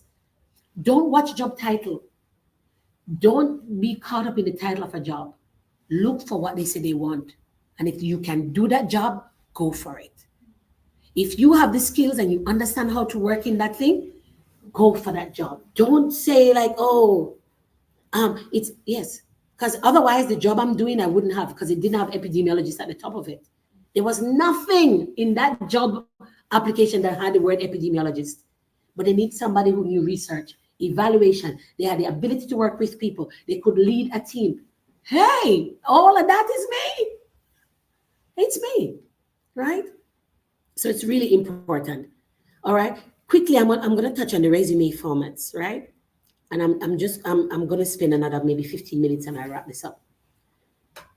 The resume format there are different types. So you have like the chronological resume that shows your work history in reverse. So it basically means your most recent experience comes first. Yeah. And then you have the functional one, which is skills based. So if you're really into showcasing your skills, I recommend the functional one, because it's showing people the first thing they see when they get up there, there's a really good space on your resume. And I'm going to show you an example, is how you showcase your skills, right? Because as I'm saying, nowadays people are really interested in seeing the skills you have. And then you have the combination that it has both, right? So a lot of like graphic designers, artists, somebody like Ruben will probably have a functional resume that the first thing you see when you get on a CV is, man, I'm a website designer and I'm good at it. Yeah, it hits you right in the face. Because in that industry, people want to see that you can do the job. And I'll mention another type in a little bit. But I have a combination resume because I want people to see my skills. But because of my level of work that I'm at, they need to see all the pretty stuff that I have on the other side. The big PhD and the this and that, right? And I have some very minute, like almost irrelevant qualifications that I don't put on my CV all the time. But there was a job that I went for that I just loaded it. I'm trained in disaster management. In fact, I'm trained by New South Wales Health as a disaster controller. That means if there's an emergency, I can be in charge of running. Yeah, I'm a public health controller. It means I can be in charge and making sure that everything is running smoothly. But I also have MIMS, the clinical people.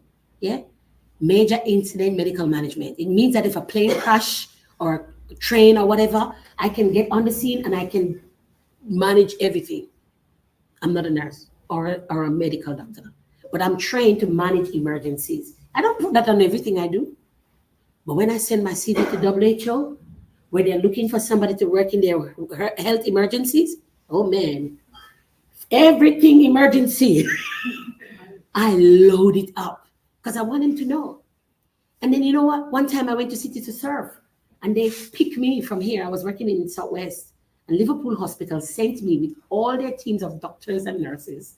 I was the only non-clinician in the whole package. I went there and I went to run the little emergency center for them. Because I was the only controller of all of them, me. So they picked me to go to make sure that the nurse and the doctor can make the people well, but they need somebody to make sure that the ambulance gets called, that everybody who walks through the door is registered, and that the right patient got the right tag and was going to the right hospital, and that their wife and husband and their parents knew where they went. That was me. Yeah. I don't put that on my CV. But when I go for WHO job to work in the World Health Emergency Program, I'm putting that in there because I got that experience and they need to see it. But when I'm going for my like research management, nobody don't care about that. You understand? So when I talk about adjusting your CV for the job that you're applying for, these are the kind of stuff I'm talking about, right?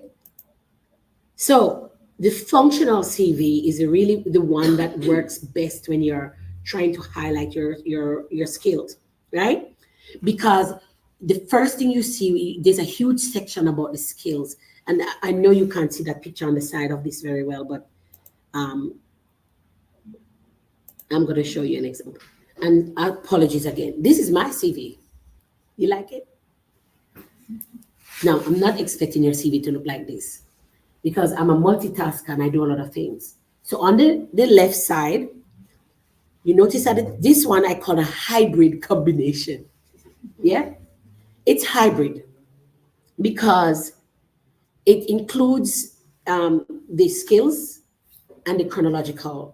But on the right side, you see I have some other stuff there. I'm a writer. I publish my work. My research gets published. So I developed this CV for an academic, yeah? I want to get an academic job. Universities, they want to know what you've done in terms of research and how your research is making an impact. So I came up with this idea of developing a hybrid resume. So they saw everything at the top of this. I've got a statement there about, who I am. And then you see that big 23 years. At that time, I was working for 23 years. And under that is my qualifications. Yeah. And below that is my work experience. But hang on. And then in the middle there, I've got my skills, right? So I've got the skills there. And on the right side, I wasn't just telling them I have all these skills. I said, go look for yourself what I've achieved. So you have got a bar chart that shows them of all my publications, of every person who cited them, which is a couple thousand. So that's what they were looking for. So I was showing them on my CV that I'm not telling you that I do these things yet. Here's the evidence. And these are and at the bottom, that's a map. That's a world map to show them of every person around the world who cited my papers. But I was trying to be creative. But I'm just letting you know you can be creative with your CV, right? For the right person, yes, please. I have a question. So, with the term CV and resume, is there like a difference? Because I know when you're like applying for different jobs, they will give you like an option to either submit your resume or a CV underneath that. So, what is the difference between those? Okay. Technically speaking, I'm not even sure what the difference is, but what I think is the resume is like the one I showed you before. It's that succinct, kind of like one page with everything there that just shows what your qualifications, what you've worked. The CV for me is a more longer, more detailed one, right, Sam? Like me, I've got a CV. It's 14 pages. Yeah. So the curriculum vitae is like a eulogy of your work. Yeah. So for me, the front page of mine, it's got my thing at the top. Hang on, let me just go back here. So this is a resume. My CV is 14 pages. So the resume is a short one that just highlights your employment history, your qualifications, and your skills. Yeah. And you might even, and it's usually kind of like one page, literally. The CV, on the other hand, you can put more details. So for each, let me start.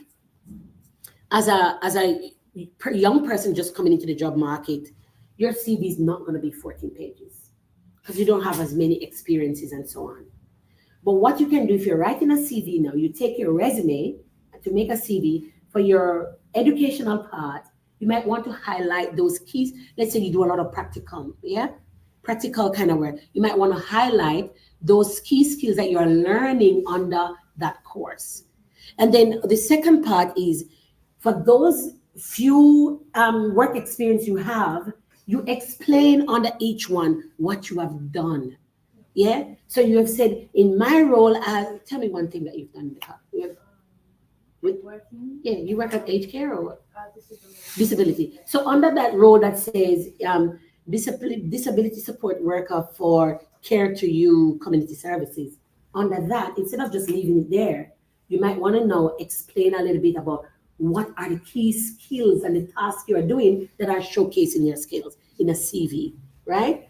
If they ask for a resume, you give them a resume. But if you really want to get up in their faces with your skills and you don't have a lot, use the CV format to emphasize and put the juice, right? So there are some jobs, if they ask me and they say 3 pages, I know they want a resume. If they don't say that, they get the 14 pages. I'm telling you. And there are some places I will not send anything other than that 14 pages because I want them to see that you got the best girl for this job. But what I do is this goes on the front. So this is a picture that I put on the front page of my CV. Yeah. So if you just want to see what I've done in a nutshell, you got 1 page. It's literally 1 page. Yeah. Okay. So I'm just letting you know you can order your CV and make it, yeah. So the second point we're on now is highlighting your transferable skill. So you fixed up your CV, but now you're gonna have to go apply for that job. So the other way you can highlight those skills is in the cover letter that you send. And in Australia, you must send a cover letter. Even if you're gonna mop floor, they need a cover letter. So you are going to use your cover letter to your advantage, right? You must write a convincing cover. We were recruiting some people the other day, and I had some cover letter, and I was really super disappointed with the quality of the cover letters we received. And eventually, we ended up employing someone on good faith because they were able to demonstrate in the, but it wasn't just well structured. But that again comes because they haven't had the experience of preparing it properly. But they got there. They were able to tell us in that little, it wasn't beautifully written, but in there, they told us what they've done. And this was someone from overseas, and they were able to highlight the experience where, and it was transferable. All of what they put there were transferable skills that they were bringing, that they were confident that they could easily put into this new role. Yeah. So your resume can only tell the story of what skills you have, but your cover letter tells the story of why those skills are valuable. So for example, I'm introducing you to this. I'm seeking employees for this job, and I said this, and these are the key skills I need.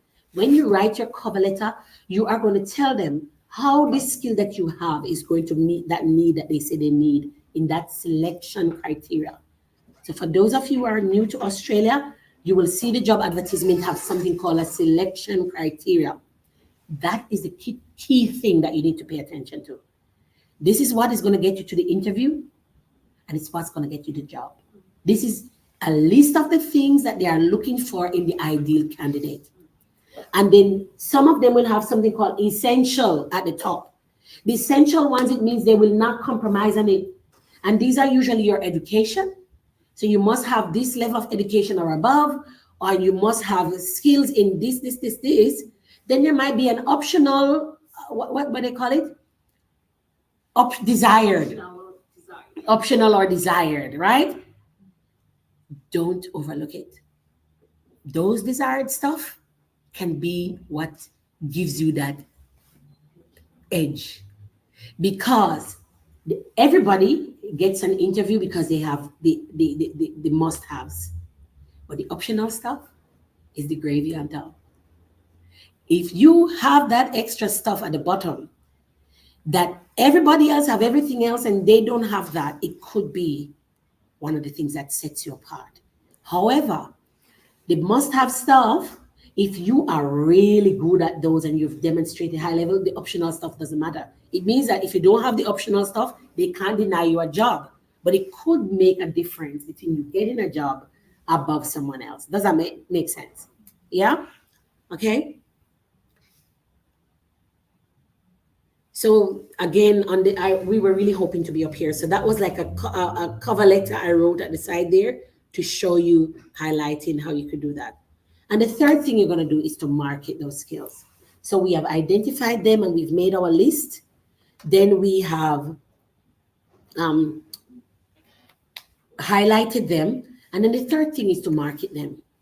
Let me see the hands of those who've heard about LinkedIn. You've heard about LinkedIn? Let me see those who have a LinkedIn profile. You do? Yeah. You had a long time ago. If you want to put yourself out there on the job market, get a LinkedIn profile. I've applied the last 3 big jobs I got internationally. I got them through LinkedIn. And one of them, I was actually approached by the recruiter on LinkedIn. I got the interview, and 30 minutes later, I got the call and said, "You're hired." They saw my profile. LinkedIn has let me tell you how LinkedIn works. LinkedIn use AI. It looks at all your qualifications and your experience, and it matches those using an algorithm to the job application that these people are putting out. And then it will send you a message and say, "These jobs, you are in the top 5% match for this job." So if you're really looking for a job, then LinkedIn, when you, and the premium version will do that. But I don't have a premium and I still get it. Right? It says you're in the top 5%. And there are some of them will say you're in the top 1%. That means if you apply for that job, you are more likely to be invited to an interview because you're a perfect match for the candidate that they're looking for. So that's one. Number 2, with a LinkedIn profile, it helps you to really zoom in and identifying your skills, because it has areas for you to do that up there. It's a great way to showcase your skills, right? and networking. So the more you network, I remember back in the days, people used to give you, what do you call it? Like they validate your skills. What do you call it again? Yeah, people will go on LinkedIn, and then LinkedIn will make a suggestion and said, can you recommend Ruben for this skill? So it gives them a few suggestions about skills, and then they can write you like a literal recommendation. Yeah, they endorse you. Yeah. So when I remember back when it started, it's like, oh my God, this is amazing. And then all these big people, like the chief medical officer of health for my country, wrote me a LinkedIn reference. When I came to Australia, that was the one back home. I didn't even know her that well, but she knew my work. And somehow we had become friends on LinkedIn, and the thing popped up on her, and she wrote me a glowing recommendation up there. Who wouldn't pay attention to that? So these things are helpful. But your LinkedIn profile, there's something to it though. You have to really make it work for you. Make sure you need a photograph. It's important. Let people see you.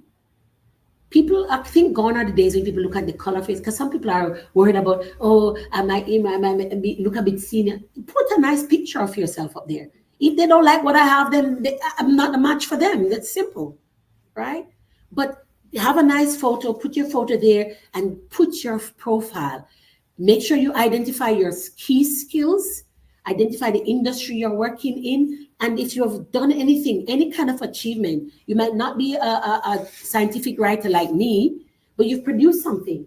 Highlight, there's a section for that. Put it up there where you can highlight your achievements, yeah? So you do that so you can give yourself that advantage, right? But remember to combine your work with your passion, right? If your skills and your passion really marry up, it's good to use that, yeah? So look at me. I'm a public health professional with tons of other little skills, but I do podcasting. And I bring notice I give some examples from my work while I'm talking, because my passion, I'm marrying it up. So when I go to work, everybody in my workplace knows that I'm a singer. Everybody in there. I even entered their Got Talent competition. I came third. Yeah. Network. Yeah. Go out and network. Find people who are in the same industry. And I'm saying this to all those people. You move to a new country and you are feeling like, oh my God, I don't understand. Find somebody who's doing what you're doing. That's how you understand how the industry works. See what other people are doing, right? And they don't have to be the top person in the industry. It could be somebody who's junior, but use it as a stepping stone to get in, to understand how does the industry work here in this country? Or how does this, I'm thinking of changing jobs, moving from this area to that area. How do things work over here? Ask people, yeah? And do your own research. That is the other thing I'll just touch on for 20 seconds. Do your own research.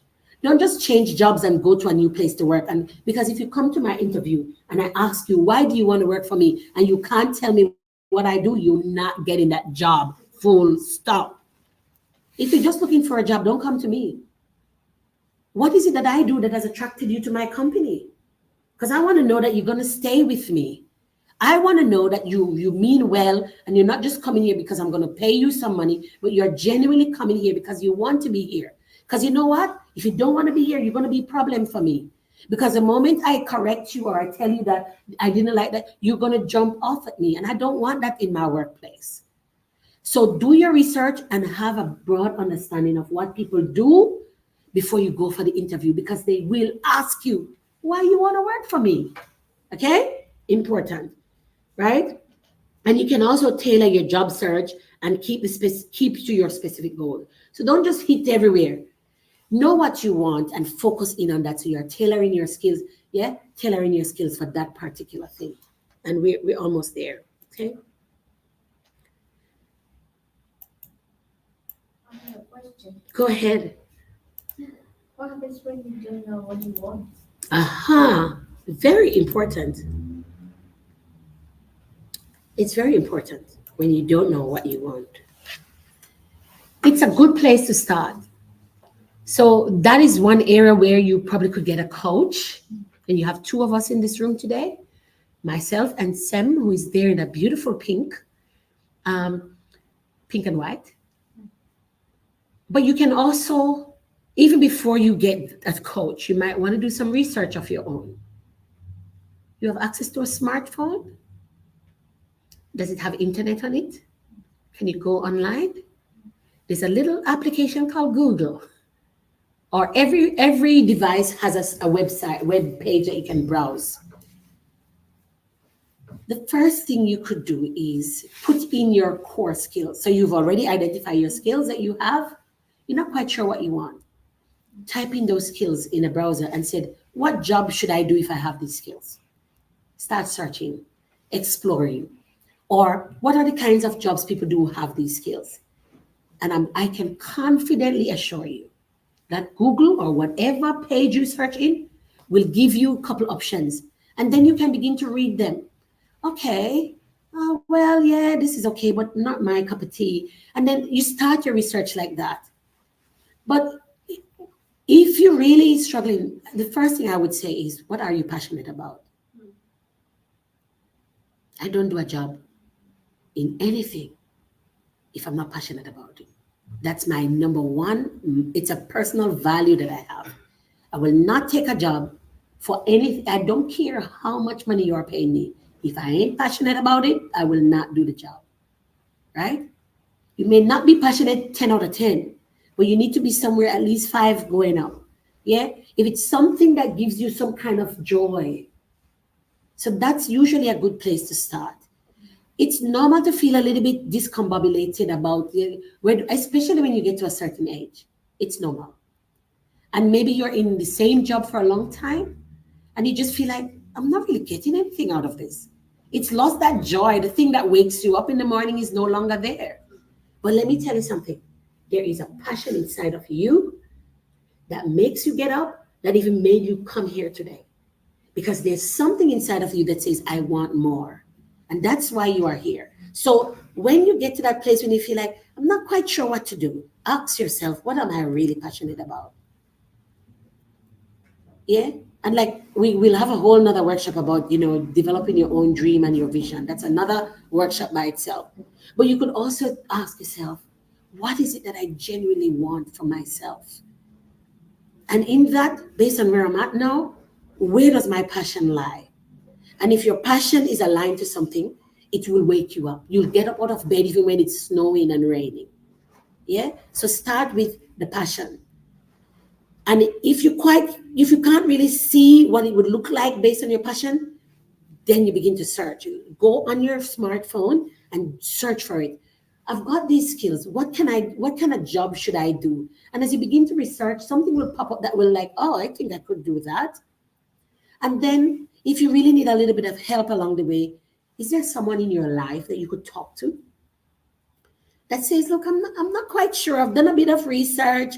I'm feeling a little bit passionate. Let's say, for example, your passion is helping people, but there's like 1 million jobs in helping people. And maybe you're not even qualified for 90% of them, but but you have enough skills and experience that you could use to help people. But you're not quite sure exactly which area of helping people you want to get into. And you've done your research and it's spitted at you. Well, you could be an aged care worker, or a nurse, or a doctor. You could be, a customer service. You could work for Salvos. But then as you begin to research, you say, oh, this place is looking for someone to answer telephones or something, to do telephone counseling or provide information over the phone. And he said, oh, I love to do that. Yeah. So this is how it would work in real life. But maybe you're a bit hesitant and thinking, well, find that person that you can confide in and have a chat and say, look, I've looked at these things, can you give me your honest opinion? Which of these do you think would be a good match for me based on how well you know me? That's another thing you could do. Yeah. But I'd say don't just depend on that. That must be like the last phase. Do your own research and you identify your skills first. Yeah. And position yourself like that. So you've identified the skills, you've highlighted them, and you've marketed them. But these are just a few dot points, and I'm out of time, so I'm going to wrap this up. Yeah, you must understand how your skills translate to this new job or this new role, and make sure you highlight that really well, so that when you go to the interview, You can explain to them that I'm not, like this is new for me, but I've got the skills and I know that I can do the job because of X, Y, and Z, right? So you're going to connect those dots for the recruiters by showing them why your skills are going to be valuable to them. And it's important that you take out the industry related jargon. Yeah. So in health, we use a lot of health related jargon. Yeah. We talk about health literacy and nobody else talks about that. But if you go over there, you can say that I have helped people to learn how to change their behavior. You can use that in any industry. Yeah. So take the jargon out of it and make it simple for people. I'm going to jump over this and go here. So just to wrap this up, as we navigate this age of artificial intelligence and automation, your employability skills are going to become critical. They become more crucial with the automation age, right? So I've highlighted this for you, but I'll send this to you as a handout, right? Because it's important for you to do this. Each of your skills that you have are going to be even more relevant when it comes to this automation and artificial intelligence. For example, for communication, you need human and AI interaction, right? Because as we begin to depend more on artificial intelligence are going to still need human to help it to remain intelligent because it's artificial. Yeah, whether it's interacting with those chatbots or clear communication ensures smooth collaboration. Problem solving, AI can analyze vast amounts of data, but you need a human being to really genuinely interpret it. Yeah, the interpretation, you need human understanding and intelligence to do that. Teamwork, you need cross-disciplinary teams to help you to get the most out of your automated programs because no automated program can work on its own. You need different pieces of the different teams that are doing the different parts to help you. Time management. AI can do a lot of automation and automate a lot of processes for you, but your time management skills is going to help you to allocate the different efforts efficiently. We've spoken in depth about adaptability, right? And adaptability from an industry level. As your industry begins to go automated, then you are going to you need those skills now to remain on top, right? AI has biases and there are ethical considerations. So you need humans. There's no AI is unethical. They don't have feelings or emotions. So you need a human being to be able to understand and so on and so forth, right? And I'll send the rest of you, right? So this research was done that the 3 top missing skills, according to human resource professionals, are problem solving, critical thinking, innovation, and creativity, the ability to deal with complexity and ambiguity, and communication. So the message here is really clear. Neither employees nor employers should underestimate the value of transferable skills because with automation and all of these, we're still going to need people who will be able to interpret and make sense and apply the ethical values. So as technology increase, the demand for problem solving, critical thinking, and innovation and creativity is going to also increase. All right. Now, when I started, I mentioned that I'd offer a free gift. If you are really thinking about how this could work for you and you're not sure where to start, I'm actually offering a 30 minutes free consultation session for anyone who wants to just understand how they could apply this. And like the question you asked earlier, if you don't know where to start, sitting down with someone to help you just think it through can also be really helpful. And I think I can't just come here and stand up all day and tell you how to do this and just leave you. Yeah, so I'm offering that. If you'd love that opportunity, for those who are present in the room today, please see me afterwards and I'll set up a time when I can give you a 30 minutes consultation to just help you think through some of this. All right? And that brings me to the end of my presentation. All right? And I've spoken for a lot. Does anyone have any questions while we're getting into transition to our next speaker? Any questions? I want to acknowledge those people who are still online. We've got quite a few people on Facebook. Several are on YouTube. We have some people online. Any questions from the audience? Yes, right. So we have a few comments here. Great job, beautiful, valid information. Yes, so knowledge is power. Yeah, lots of comments coming through. Well done. Yes, okay. All right. I'm gonna get the next presenter. Wait. All right, so we have our next presenter who is coming up.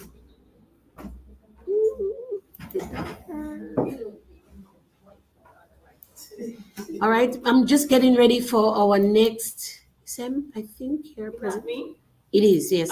But let me just get your presentation downloaded. I've sent you one that says revised version. I do have the revised version. So we've got our next presentation coming up. For those of you in the room, please take a moment to stretch your legs. It said something about .key. What format is it in? It's showing me the end is like.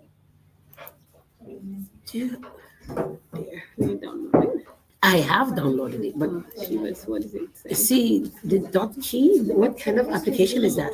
Is it in PowerPoint or what? It is. I've tried to try. make it in PowerPoint. I've sent you a couple of. Can you access it from? Because I've shared a link with you as well. Do you wanna just Okay. go through All right. Maybe you could just Google introduce. Doc? Yeah, just come this way and talk to them while I do the technical stuff in the background. So they can see you, by the way, so you can say hi to those online. Oh, hi everyone online. So lovely that you guys are joining us from wherever you are in a part of the world.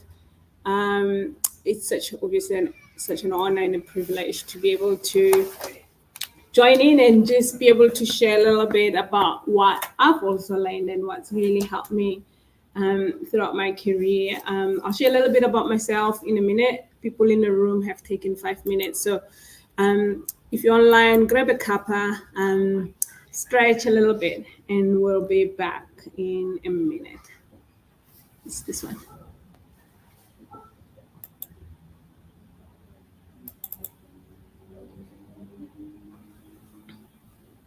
That's it. Can you, is it? I think we can show. Right, can I just see the last Yes, slide? you can do Can I slideshow. see the last Yes, slide? please just check It's it. the bit that I want to just check. All right, guys online, we just taking a quick break to stretch our leg. Is that the right one? Yes, that's the Yes. right one. So you know you can do the Just go slideshow from slideshow. here. But hang on, for those who are online, we want them to see it too. Right? Yeah, it's fine. You can just see it. So I'm gonna share. I'm not gonna open it. I'm gonna put this over there to the other screen. Sorry. You're right. I'll put it on this screen so that they can see it. I think I can go to the one second. Yes. The problem though is that you can't see it when I put anyway. I'll just do it twice. All right, everyone. We are still here. Don't leave us.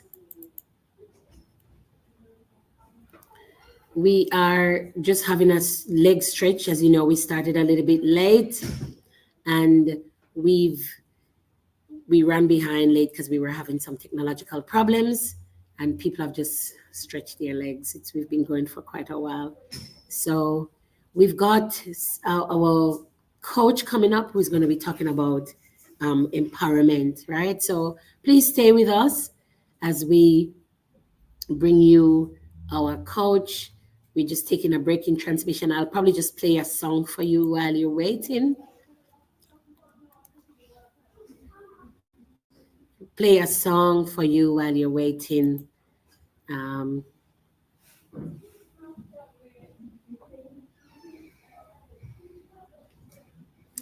And I'm going to play one of my songs because I know you people like my music, don't you? I will play my song because if anything goes wrong, then I only have myself to, you know.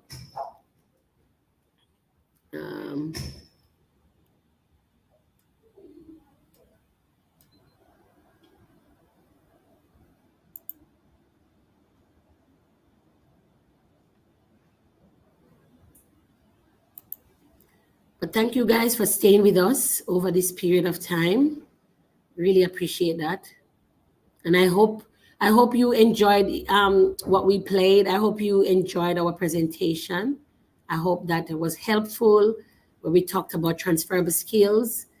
If you've got any feedback, if you've got suggestions, if you have any questions, I'm still here.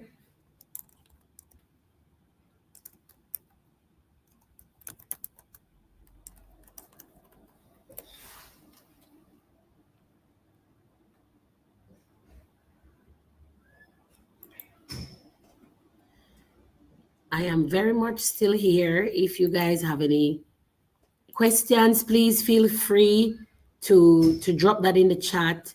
I'm just going to play a song for you as the others are coming back in.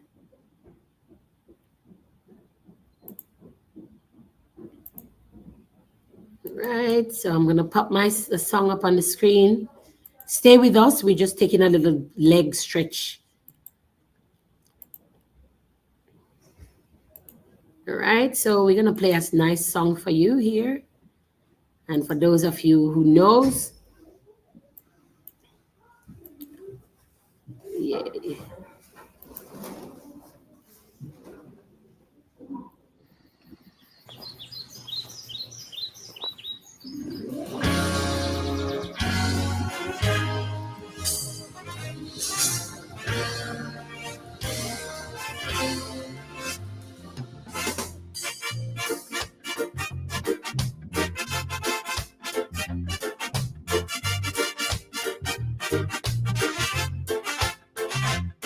When the pressures of life get you down and you're tempted to give up and turn around and you question yourself, will it be worth it? For it's been a long journey to where you are.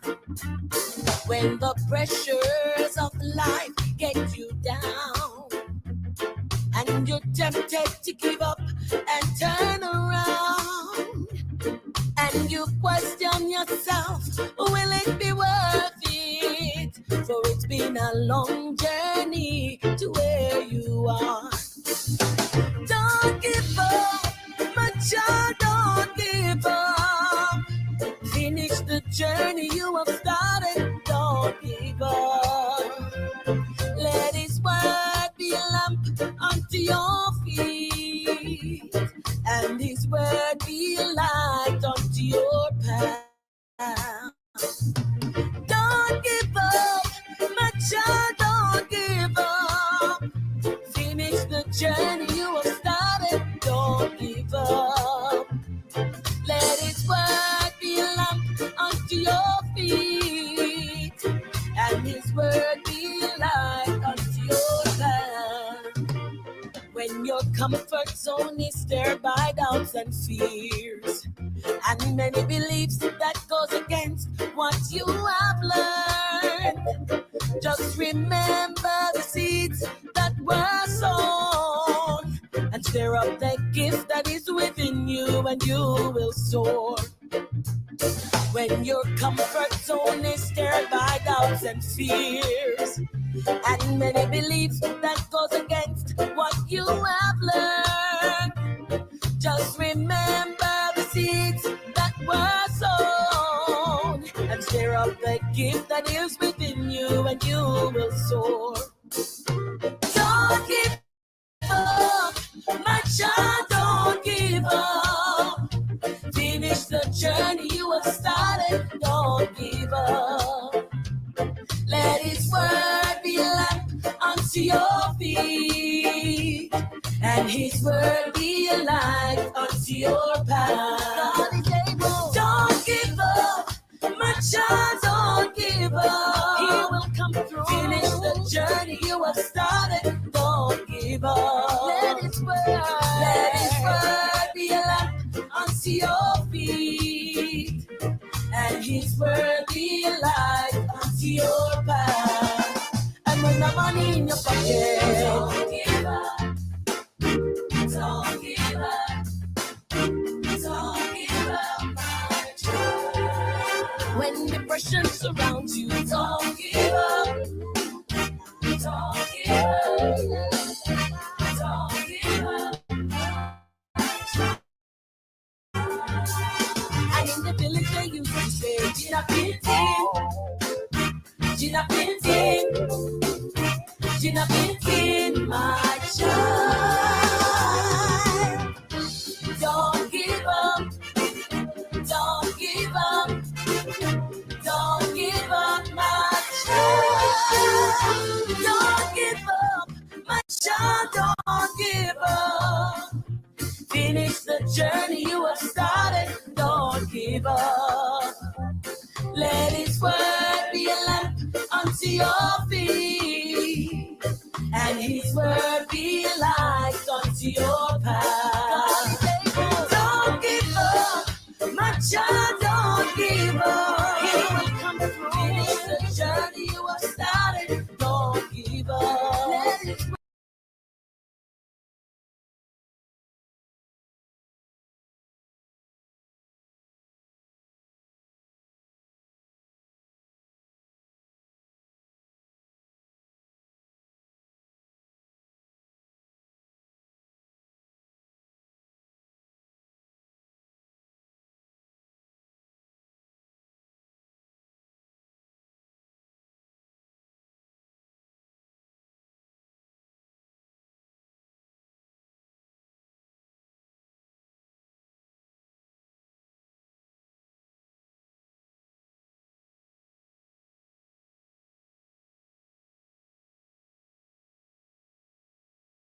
The car.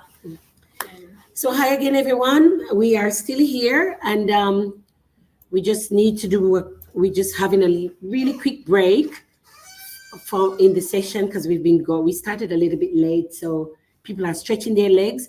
But our next speaker is here and is ready to go on with our career empowerment session. So we're just getting set up for that. So please stay tuned. Don't go away.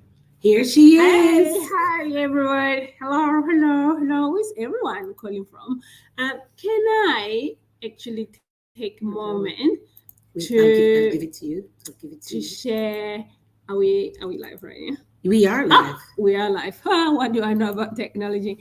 Can I take a moment to appreciate Dr. Steph? Like, what an incredible trailblazer, an incredible powerhouse. I get to be lucky enough to do life with her and call her sister and a friend, and someone that is trusted, not just by myself, and not in a professional sense, but in a sisterhood sense. Hey, how good is that?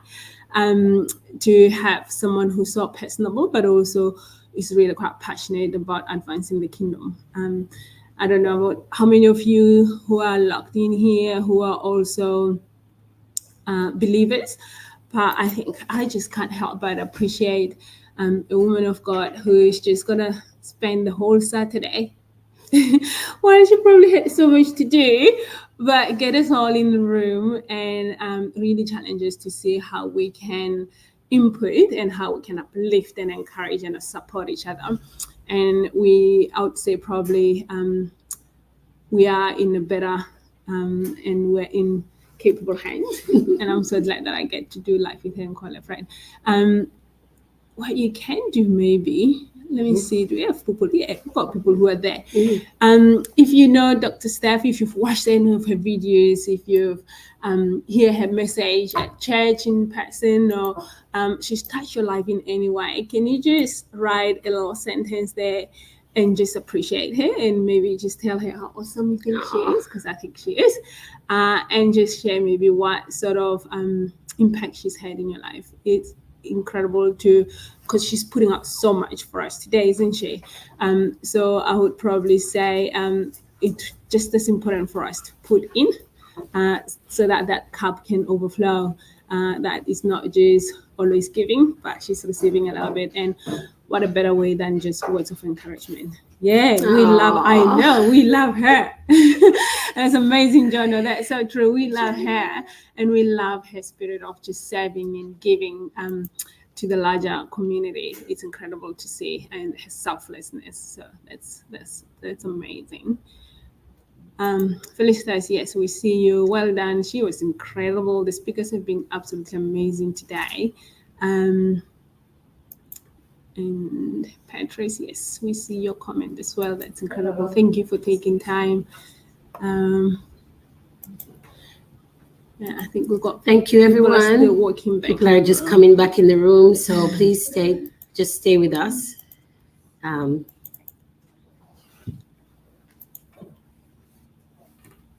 Thank you, Jono. Thank you, Charles. It's lovely to see Charles online today. Auntie Aki from all the way in Samoa, Western Samoa. Amazing. Amazing, Auntie. So good to see It's you. nice and warm in Samoa. I'm pretty sure. Thank you, Charles. Thank you so much. Thank you. I really appreciate those beautiful comments. For the community, absolutely. Yeah. Thank you, guys. Close this. Hello. How are you? Close this one. Okay. Hello. People are coming back in the room, so we just. Okay. Slides. Where are the slides? My computer.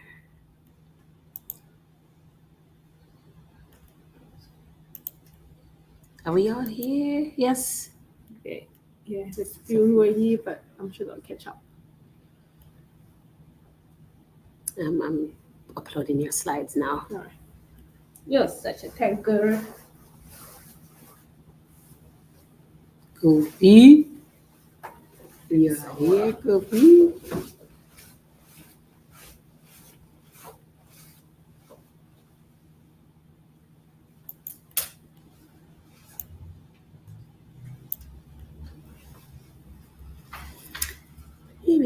I have to say I'm hungry.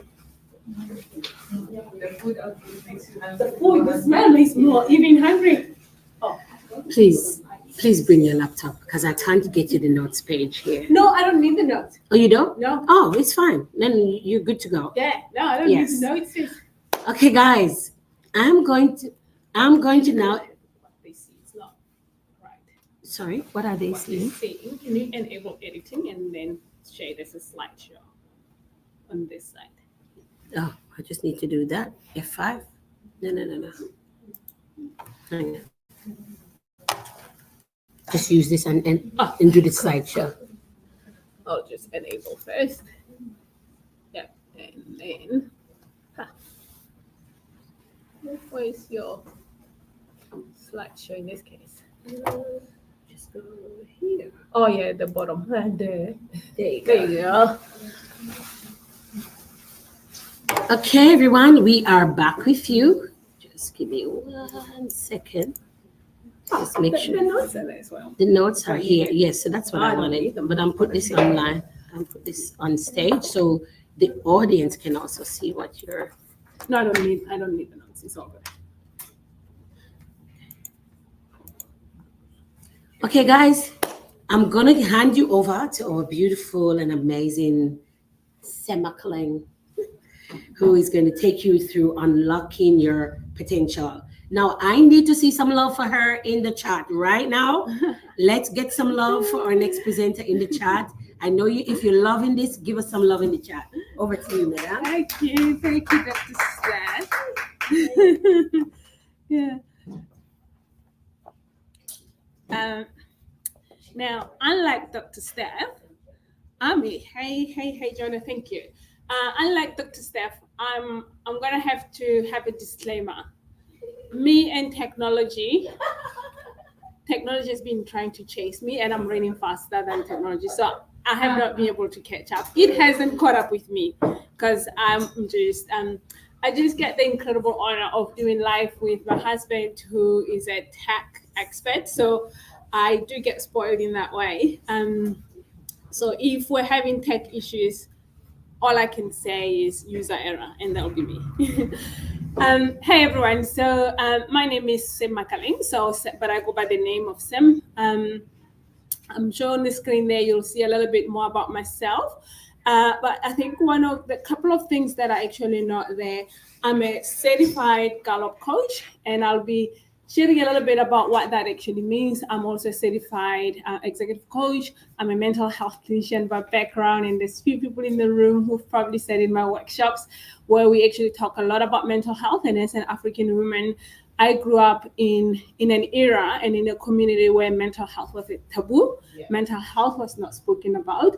Mental health was a them issue, and there was so much stigma and sadness within our community about how mental health actually works. We didn't actually have the language of mental health, and might I actually say we still are in that right now. There's a lot that we're learning, but there's a lot that can actually shift when you think about culturally and diverse communities. We still, in terms of our literacy, our language around mental health, but it's actually quite critical topic to really bear in mind, because our mental health does not actually just affect us at home, it impacts us in the workplace. So it's important to bear that in mind. However, today I'm not talking about mental health.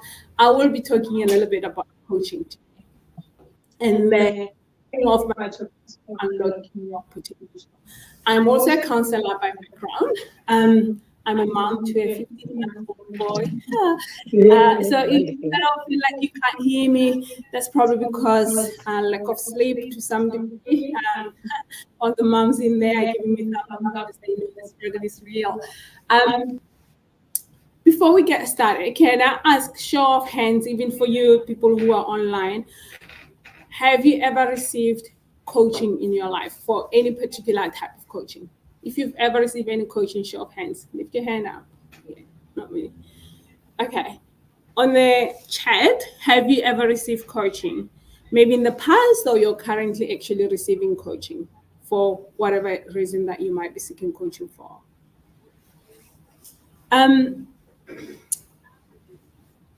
I just want to start a little bit first having a conversation about mindset. I think Dr. Steph in that one slide talked a little bit about how our thoughts shape our feeling, and that will determine your action in terms of what you do. Yeah. So what happens internally will come out externally in your action. And that is where I really want to focus a little bit of my session about today. What we know is that the studies show us that every day, like right now, you and I, every day, we cycle through so many tens and thousands of thoughts. It happens for everyone. But what we also realize through the studies is that 95%, listen for this one, 95% of our thoughts are repetitive. So we're recycling our thoughts, 95% of them. Not only are they repetitive, they're actually unhelpful. Oh, now that hurts a little bit, doesn't it? So you're going through the same cycle of thoughts every day that are not helpful, 95% of them. So how does this look like? Have you ever had a conversation with someone and then even 2 weeks later, I should have said this. Yeah. I should have said, so you're even losing sleep at 3 a.m. about a thought about something that happened 2 years ago. Yeah. Yeah, that's why I challenge that you know the saying that says when we know better, we do better. But that actually saying suggests that we know better by thinking. No, we know better by thinking differently. So the issue isn't so much so because the thoughts are there, they're happening whether we like it or not. Yeah. The issue is around the type of thoughts that we're having. So when you're having repetitive, which is the same types of thoughts that are not challenged, or you haven't actually understood where do these thoughts actually come from. So you absorb those thoughts, and that's what you think even in your career. Make sense? So think about an example in this case. If, say, you grew up, and people who are from African descent might actually agree with me on this. If you grew up in a household where perhaps as a child, you didn't necessarily have a lot of opinions at home. So you were, and perhaps you grew up in an environment where your parents maybe were a bit critical. So you couldn't do anything right. So being criticized was just a way to life. That's what you've known. Now, with time, what that happens for you when you go into a career or in a work environment, any sort of feedback is going to be met by resistance from your end. Because what they're still talking to, you're hearing the little Sam at that young age at home who has been criticized. Yeah. So you can't discern between criticism and correction. Do you see the difference? Yeah. So when you're hearing feedback at work, when Dr. Seth said, you know what, Sam, that was great. I was thinking maybe you could do, all you're hearing is that little Sam when you were in that young age, when you were being criticized a lot. So you are now your thoughts, you're kind of taking the thoughts and the stuff that happened in the past, they're now projecting the anxiety of the future and stealing away the potential of what the future could bring for you. Make sense so far? Okay, so we'll be talking a little bit more and going more into details about that. How do I press enter? Dr. Steph, what do I do? You have a mouse, right? Is that what I do? Do I just go enter? What did I say, guys? I told you. Oh, there you go. I see it now. Okay. Yeah, I'm with you. Thank you. So the next concept I just want to, so I just press on that slide. Yeah. You can also. Oh, it's fine. I'll just do that. Yeah, that one is fine. Yeah. Yeah. So just use. Yeah. Good. There you go. Okay. So the next concept is what I want to explain, called frame of reference. So have you ever been, and you might have said this yourself, the way that I see it, well, in my world, so you're explaining the perspective that you have on any matter that we're talking. Everyone has a frame of reference. It's not optional, yeah? So that's, in other words, we talk also about a paradigm or worldview. Yeah. That's how you perceive things, yeah? So, but what is it made of? So there's few elements there that are quite important for us. Is it coming? Stay there. We can't see here, so you have to use. So which one am I supposed to use for you to see it? I think this one. Can you say something there? Yeah. No. Hang on. That one? Yes. And what do I need to press? No, you don't need to press anything. It's just a little technical glitch. What did I say? If there's anything, I'm going to be the one who does Use it. this one. So Okay, come. That's fine. Can you guys see it now? Yeah. Okay. let me also make sure that it's advancing. I'm gonna just do one more forward to see if it's advanced over there. But it's not advancing there either. Oh, so it's not linked. Yes. So guys, we're having some technical issues trying to link the presentation between what we're seeing in the room and what you're seeing out there. They're not actually matching. Yeah. So we're just working through it now. Because when I did it, it was perfectly fine. Yeah. Until I touched it.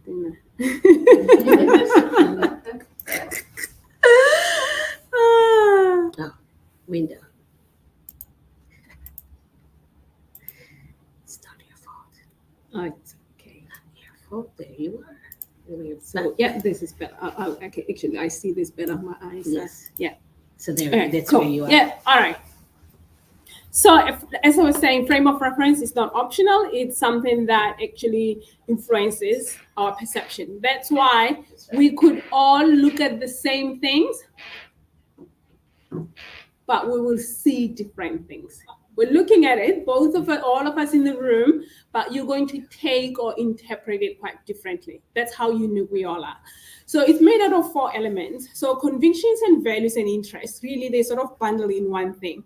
So for instance, convictions and values are generally what we say they are basic truths that are sort of accepted and they don't change. They're not easily questionable.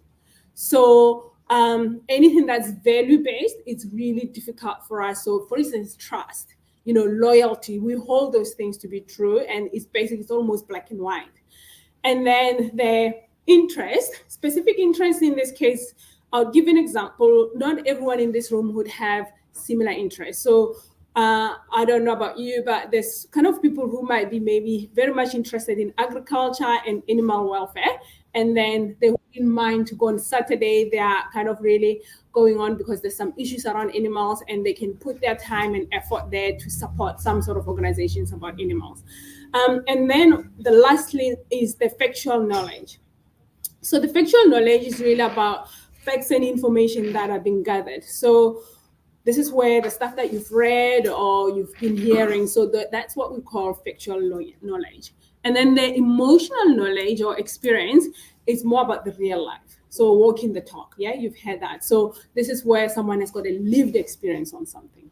Does it make sense? Yeah. So when someone says, well, and you're having a conversation, and Sam said, well, that's really not been my experience because when I was blah, blah, blah, yeah? So that has shaped my perception.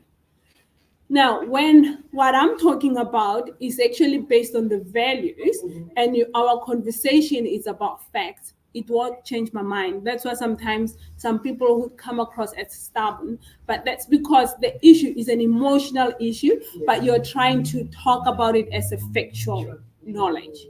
Yeah. So it's important to understand what I always say is understand the frame of reference of the person that you're talking to. Make sense? Okay.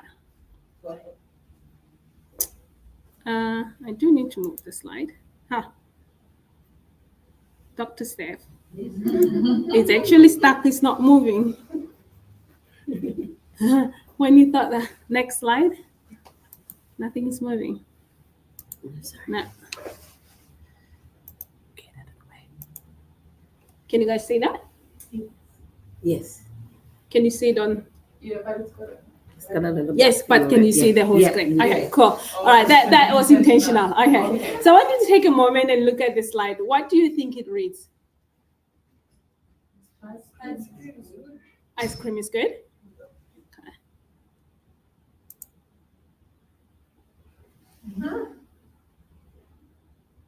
Okay. This is what frame of reference is really about. So sometimes you would have probably known, maybe ice cream is good, but is there a trick to this? Like, what is, because I saw some of you in the room were like, Beatrice is tricking us somehow. You knew it, that there was some sort, but that's because frame of reference are so strong and they're constantly reasserting themselves. So even if you knew that there's a trick, the frame of reference already took over and still went with ice cream. Even though you might have thought, I don't know if real ice cream is good. So it's actually, so the lens in which you see things shapes what you're going to do or what you think, yeah? All right. Okay, who do you see in this image? Do you see a young or an old lady? Or both? Old lady? No, not old lady. Do you see a young lady? With dark hair? Or you see nothing at all? On the screen, can you just type up there, old or young lady, or none? Yeah? Do you see someone who's doing, do you see some, so look at the black, do you see the black? Yeah. Like the black hair? And then the person is doing this. Do you see that, Neil? Do you see the young lady? Now, when you look at that, look like a jumper that person is wearing, and there's a line, that is the older lady's chin. Do you see that? Yeah. No, you see it. I saw the old lady first. Yeah, you saw the old lady first. Some people saw the young. So that is frame of reference. For years, when this was shown to me, for 5 years, I couldn't see the old lady. I only saw the young lady. I thought, where is this old lady? But that is the thing about frame of reference, the way that I see it. That's the lens that I was looking at. And then that shaped lots of conversations for me. Yeah. Yes. You still only see the old lady. Yeah. And I guess that's the thing, the perception. I guess the key message that I want you to really understand it. Your perception can actually either limit or can empower. That you have a choice. The fact that you have a perception is not a choice, it's not optional. We all have it. What you do with it that's the tricky bit. So whether if you, for instance, and I'll give you an example. I don't know if there's people in the room who are Christians and who are believers, right? So when you think about in the Bible, there's a story in Matthew there about the parables of talents. Yeah, the parable of talents. So in a nutshell, this is what it says. So a master goes on holiday and he gets 3 employees there and he gives them talents. So he gives one, he gives them 5, the other one he gives 3, and the other one he gives 1. Is it 3 or 2? See, I don't even have. Yeah, go read. Yeah, 5 to 1. Go read the Bible. Don't take my word for it.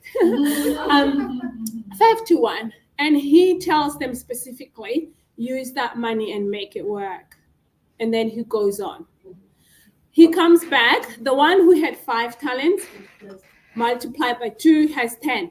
The one who had 2 says, Master, here's the 2 I've invested, and now we've got 4. The one who had 1 talent, what happened there? He buried it. He buried it. And what was the reason behind the burying? He was afraid. So he said, this is the thing that just really strikes me. He says, Master, I knew that you were a hard master. You're a hard man. You harvest where you didn't sow. You reap, like basically you take stuff that's not yours. So I got afraid as a result, and I went and buried that. And that always strikes me of the power of perception. Yeah. This is the frame of reference. It's perception 101. Where was it that 3 people who work for the same person, 2 people came back with, I'll go multiplied. One says, you're the hard master, and I didn't want to just kind of do stuff that I knew that because I already know. This one's perception was so clearly different to the other 2. But because this perception that he had of the master, same master, that limited that person because we know the end of that story. Yeah. What he had was taken from him. Yeah. So that's the perception of what you have, though. The perception, that's why we can look at it all. We all work for that master, and yet the 3 of us 2 of us come with that mindset of being open and growth mindset. The other person comes back with the mindset of scarcity and a mindset of, I'm afraid. So be careful with fear, because fear, even in a workplace, how this looks like, what I've said is writing yourself off because of what you think you can't do, or your perception of, this is only meant for a certain group of people. Or this is like, I remember when I first in my career a few years ago, I was probably the first Black woman in leadership at that level in that big organization. And one of the things that someone who came after me said to me was, for years I've been wanting to get in there, but I was afraid because I thought that Black people didn't belong there. And it wasn't until I saw you that I started to believe. So that also, in that same line, I guess, is also about understanding the power of representation. And being able, when you're there, you've made it, don't just kind of hoard it, actually open it up to the community and help people, because we all belong. All of us are equipped naturally with some talent that we can actually use. And that's what I really want to talk about in the next few minutes. Yeah. Okay, I just want to look at some of the factors right now in terms of the state of the global workplace and some of the things that Dr. Steph actually talked a little bit about earlier. So what we know, this is the stats that they do yearly. What we know is 67% of workers right now are in a job that they would say is not their preferred job. The word that they actually said there was they actually hated. Wow. 67%, more than half percent of the people do not like it. 43% of those people say they're actually currently looking for a job that they can go and work. Then the question was, well, what is it exactly that the people are looking for? The first thing that people talked about was they want meaningful work. So 96% of people said that there's other factors that are more important than money to achieve. Dr. Steph earlier on talked about the passion actually meeting your skills. So even if you've got great skills and you're getting the highest pay, I don't know if you've ever heard of people, you've heard of a lot of even other successful millionaires where they talk about, I used to earn in six figures, but something in me just was missing. And then they left that highest paying job to start afresh and earn a quarter of what they used to earn, but they find that they were the happiest at that time. Yeah. And I guess I remember when I first knew, I was like, oh, I don't care. I just want something that's going to pay me all right. And it's a balance. We're not saying that you should market yourself and kind of lower because you don't want to. You should want to advance, but it would really be great if where your talent and your passion and the skills meet, that's where the happy zone really is. Yeah. 71% of people believe that important work is more important right now than it was 5 years ago. Now, this is the one that really, really kind of got to me. 4%, only 4% rated that money was the important factor when they went for a job. Only 4%. You would have thought it's the other way, wouldn't it? Yeah. Like people want money and then the rest of it. But actually, people realize that, money is something, but if you're not passionate about it, money can only take you so far. Yeah. Like you're gonna wake up and start to think, oh, they're gonna ask me questions about stuff that I don't know and I don't care about those things. That's because you're probably somewhere where your heart is not.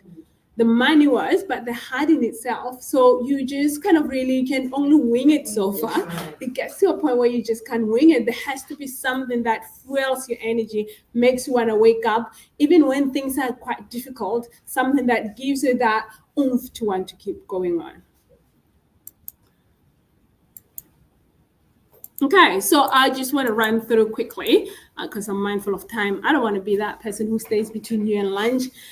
What do people mean when they say that work is meaningful for you? So there's different factors here. When people are talking about meaningful work, they're talking about the work that contributes to a larger community, something that's important that can leave a footprint to say I was here. Second thing is about autonomy. So knowing that you have the ability and the space and the permission to and a control over how the work that you do, how you perform it. Yeah. So not someone standing over you, but the autonomy to be able to do the work the best way that you feel needs to be done. The place where you can use your skills. We talked a lot about skills today, so I won't go too much into it. But it really is about knowing that you bring the value in this case. Work where there will be recognition of what you bring on the table. So sometimes getting in there and someone asking you, what do you think? Or giving yourself permission to say what you think. Today when we were driving with my friend Connie there, we were just talking about how our upbringing sometimes has shaped how we approach work. So if growing up, perhaps we didn't really have we didn't feel like we had the permission to speak or share, or we're not really allowed to have some ideas. So when you're sitting with people and they're sharing some ideas, how they present themselves, they're confident, that's because they had practice from a young age. And you've never had that. You might have good ideas, but you don't feel like you're confident enough to be able to say those. So if you're feeling like that, I want to really give you permission today that you do have ideas and those ideas matter, and those are the ideas that change the world.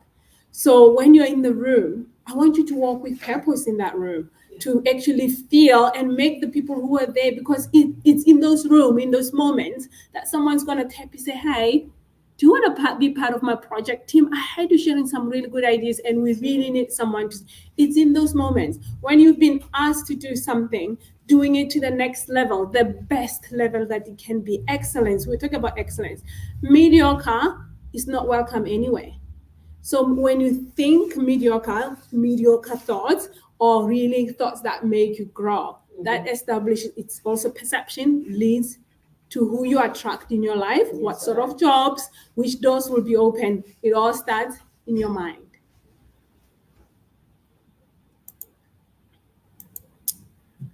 Okay. What can you see? Something different? Yes, key aspects of meaningful work. Yeah. Last one is yes, What knowing about your now? talents and Okay, strengths. all right. Now this last bit. Here's a good question. Show of hand if you feel that you know for sure what your talents are. Just your natural talent. What are you really naturally good at? On the you guys online, what is the thing that Doc Steph said it actually earlier, the science behind it, or how you know that this is a talent? This is a key thing for you to actually think. I can't help but. You just can't help but do the thing or be the thing or think a particular way. So you don't need to be anything different. You don't need to become someone when it comes to talent. You just need to understand what that thing is and do more of that thing. You don't need to become anything else. That's why we can all of us in this room, we can all be successful because you're so unique. Even if we're doing the same thing, the way you do it is influenced by your own natural talent that I cannot mimic. There's no way I can learn your talent because I've got mine. So the question I want to leave for you is, what is my talent? What is that thing for me?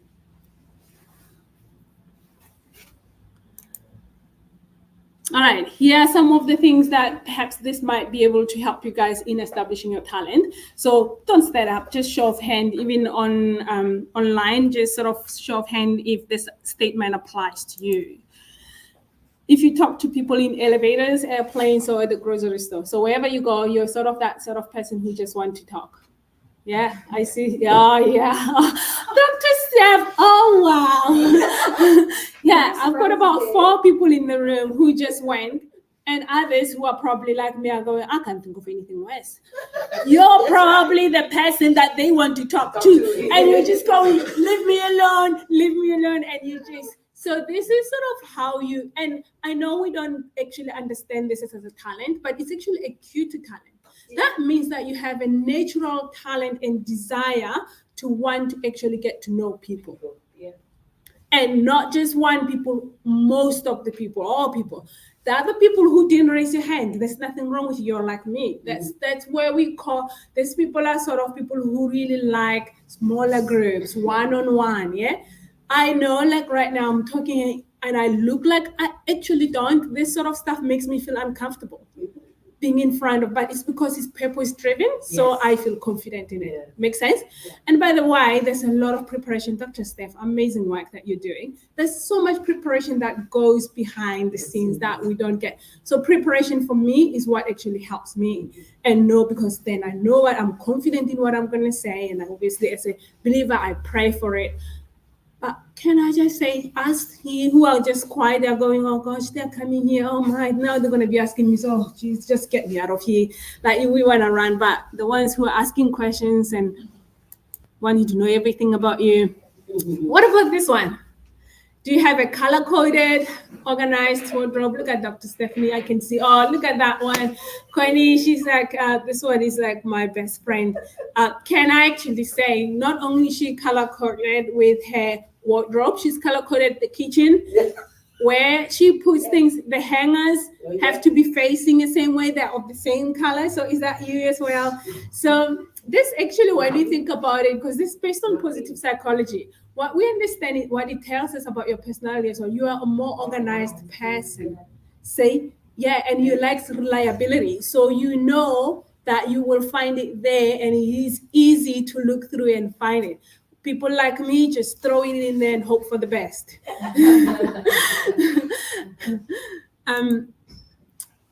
How many of you then write down a list? And not only do you write down a list, I know you were talking about write down a list. I was like, oh boy, here we go. And do you actually stick to the list? Yeah. See, this is also all those organized people. Yes. Discipline is one of those. Mm-hmm. So when people ask you in those, you know, that first interview question that we know they're going to ask it, yep. And they say, tell us a little bit about yourself and what is it about you that makes you apply for this job? What makes you the relevant candidate for this job? that question, if you can't master, I've said, and I'll continue to be asked by lots of organizations to sit in their interview panel. If you can't master that question, I can tell you, I usually know that you're not going to get the job. Yeah, that's right.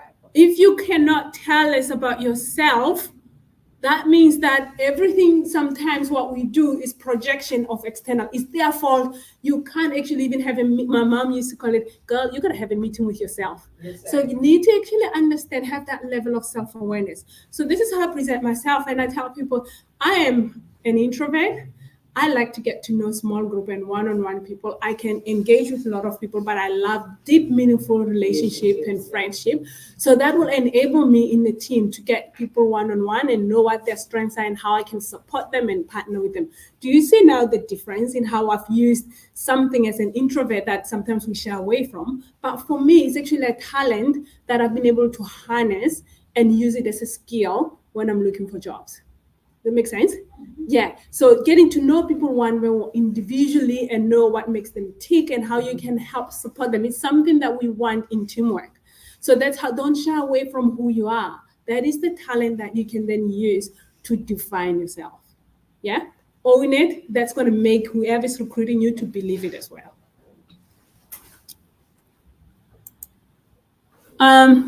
Dr. Steph. So what about this one? People who pick someone to race with while driving.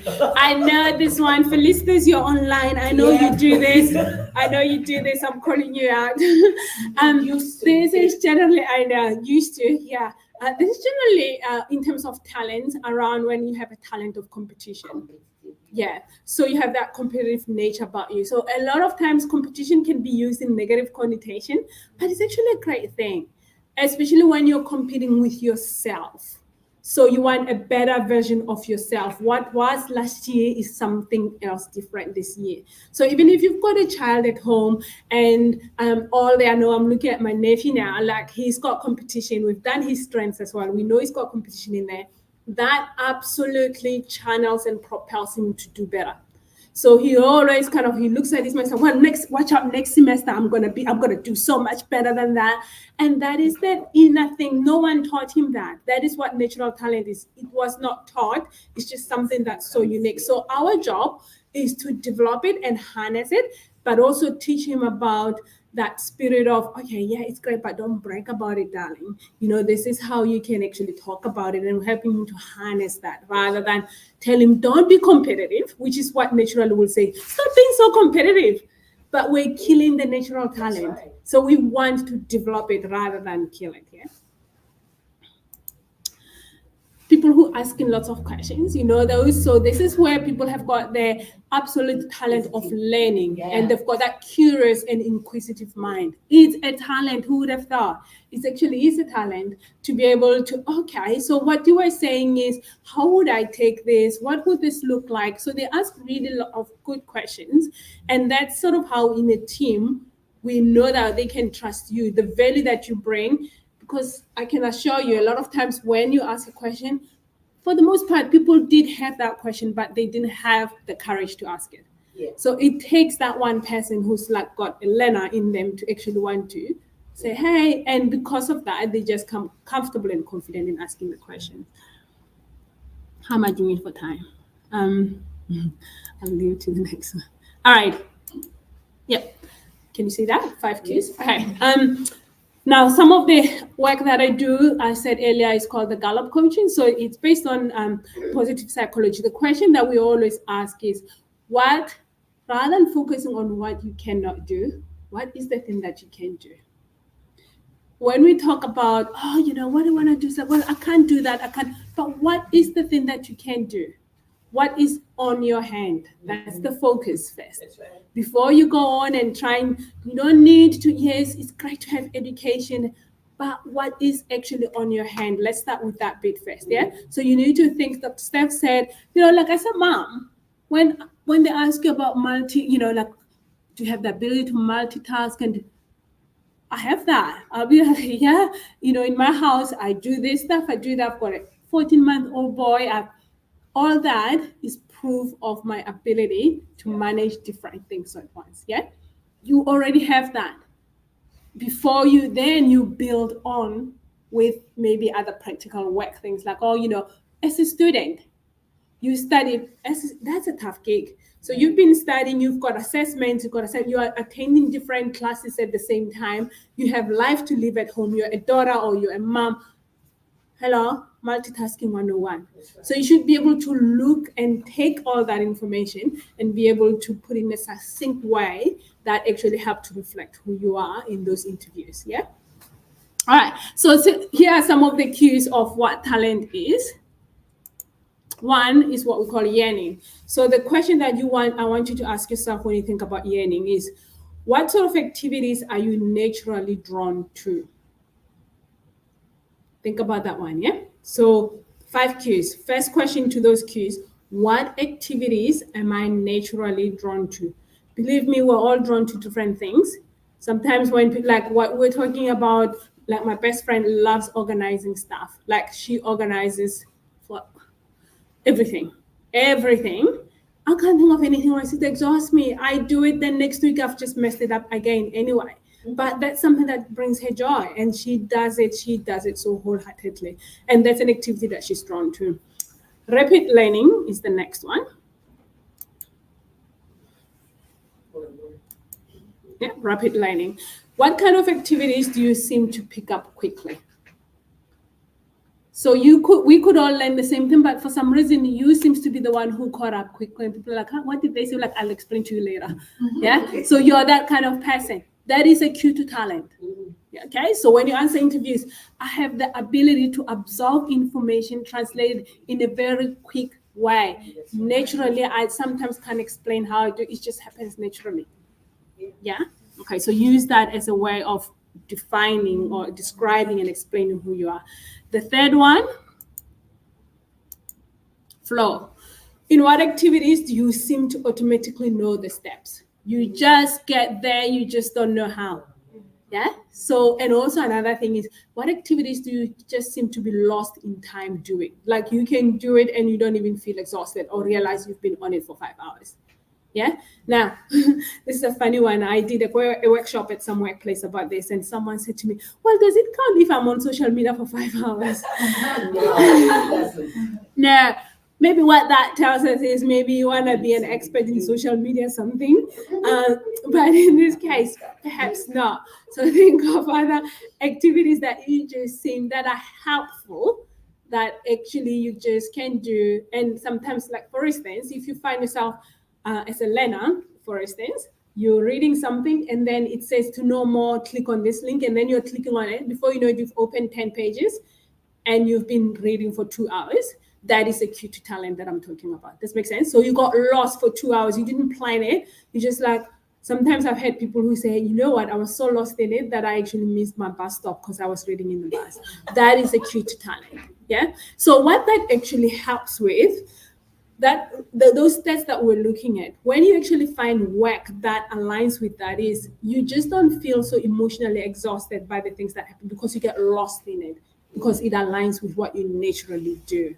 This is the stuff I wish I had for me before I actually even went in career. Right. Knowing that, because it's like, oh, do you want to do this job? But I wish someone had asked me, what is the thing that brings you joy first? Let's work through that. Then that would have shaped what I studied, and then the skills that I acquire, and then the jobs that I do, rather than the reverse that we do. Yeah. Glimpse of excellence. So with the glimpse of excellence, the question is, during what activities have you had moments of subconscious excellence where you thought, or you had someone, hold on, stop again. How did you do that? You just did it so quickly and effortlessly. People actually kind of go, yeah, that is what the glimpse of excellence looks like. And last but not least, where is the last bit? Satisfaction. So satisfaction is about joy. What brings you that joy? There's something that gives you the kick out of doing it. For instance, there's people who love to plan events. Dr. Steph already, she talks to people on the plane, in the grocery store, she's talking. She even has podcasts, so she's talking. So talking, for instance, she talked about communication as a skill earlier. And I actually wanted to show you this. Sorry, the guys who are there, you might not be able to see this. The way the natural talent works. For instance, Back maybe. I'll use communication here. Mhm. So communication can be a skill and can be a talent. Yeah? So when you thought about it from a talent, with talent, we say talent is on a spectrum. So there's no right or wrong about your talent. It's just different. It's what makes you unique. Yeah? So you're not actually so good at it, you're just naturally drawn towards that. Yeah? Okay, let's understand that. So in this case, we can't say, Mama said to you, I can't help but. So in this case, when we say communication is your talent, we say I can't help but just talk or have the need to just talk. Yeah. Wherever you are, you're talking. Even when you have problems, you talk through your problems. That's how you process them. Yeah. When you're in the jam, you talk yourself out of the jam. That's sort of what that talent looks like. Now, Dr. Steph earlier talked about communication skill is critical when you're looking for a career or a job. Yeah. So now, in this case, when it's a skill, and in here it's a talent, when you answer questions in interview, so here you have foundational, Yeah. and then over here you have proficiency. Yeah, so this is like an expertise level when you're an expert. Mhm. So it can be measured. Yeah. Yeah, so you can say, so when you answer questions, don't go, yeah, I'm good at communication. Don't be saying that. I naturally have the ability to engage people. I know how to tailor my conversation so that it meets the needs of the people that are around me. I have, so maybe you can say I have advanced communication skills. Yeah. So it means you're not saying because I engage with people from different cultures. In the workplace that are working, I work with people who have a lot of challenges that require me to harness and refine my communication skills. I have to listen and be patient and try and not interrupt when people are talking. That's how you answer that question. Yeah, don't say I've got good communication skills. What does that mean? So use more sophisticated language that represent, but also I just love listening to people. Now you're talking about the natural talent. Yeah. Because you can have it as a skill, but hate hearing people, oh gosh, they had it again. You just want to walk away. But when these two meet, Yes. yeah, this is where we want, ideally, that's where the magic happens. Yeah. Where you have the mix of the two, they come and collide, it just goes. Yeah. Next boom. level. Yeah. So good. This is good stuff. Amazing. I'm about to finish. Sorry, I don't know. They probably couldn't see, could they? Dr. Steph took a photo, so you guys will see it at some point. Yeah.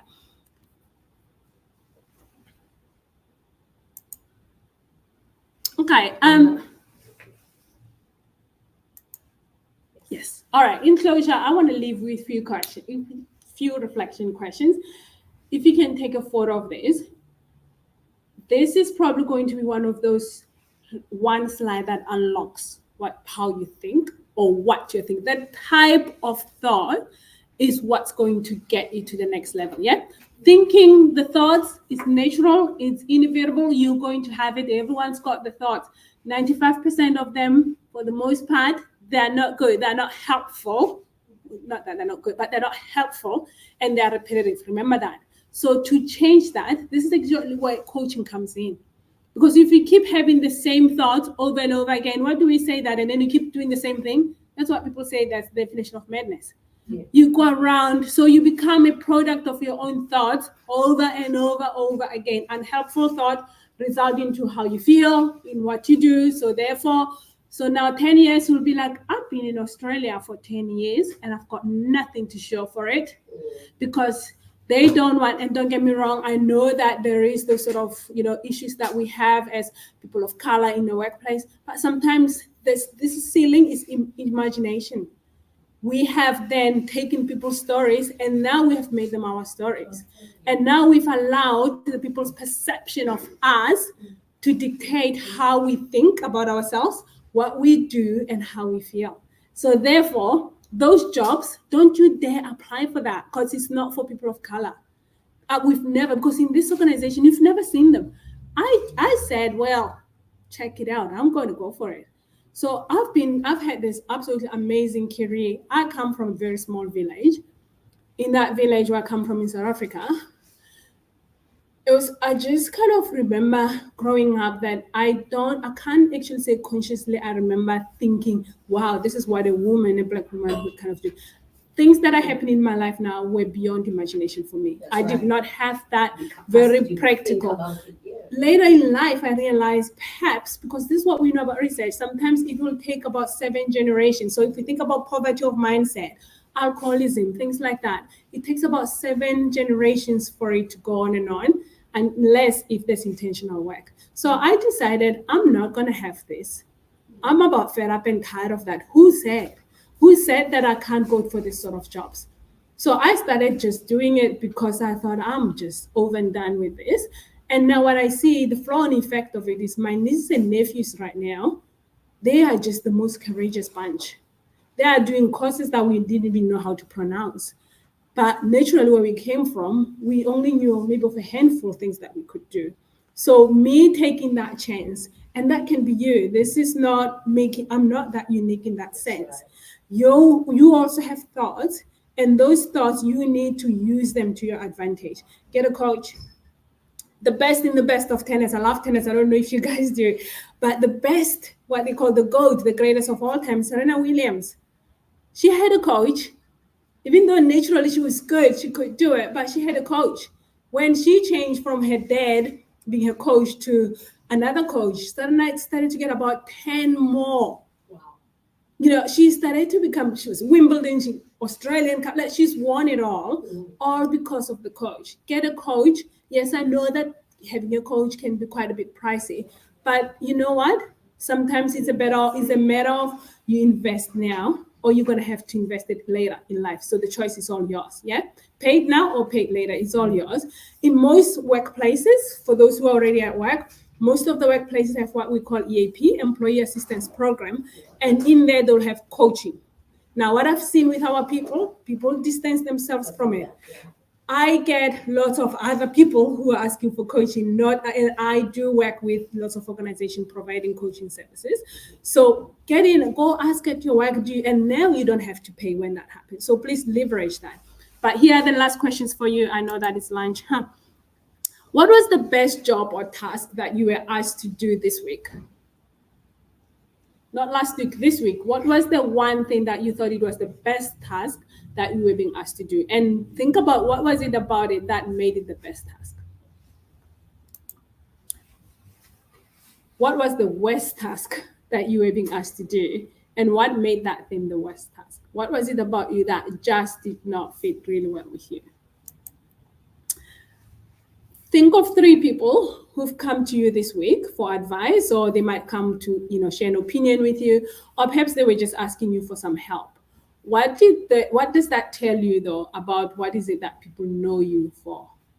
Yeah. So if people come to you to say, hey, where can I find?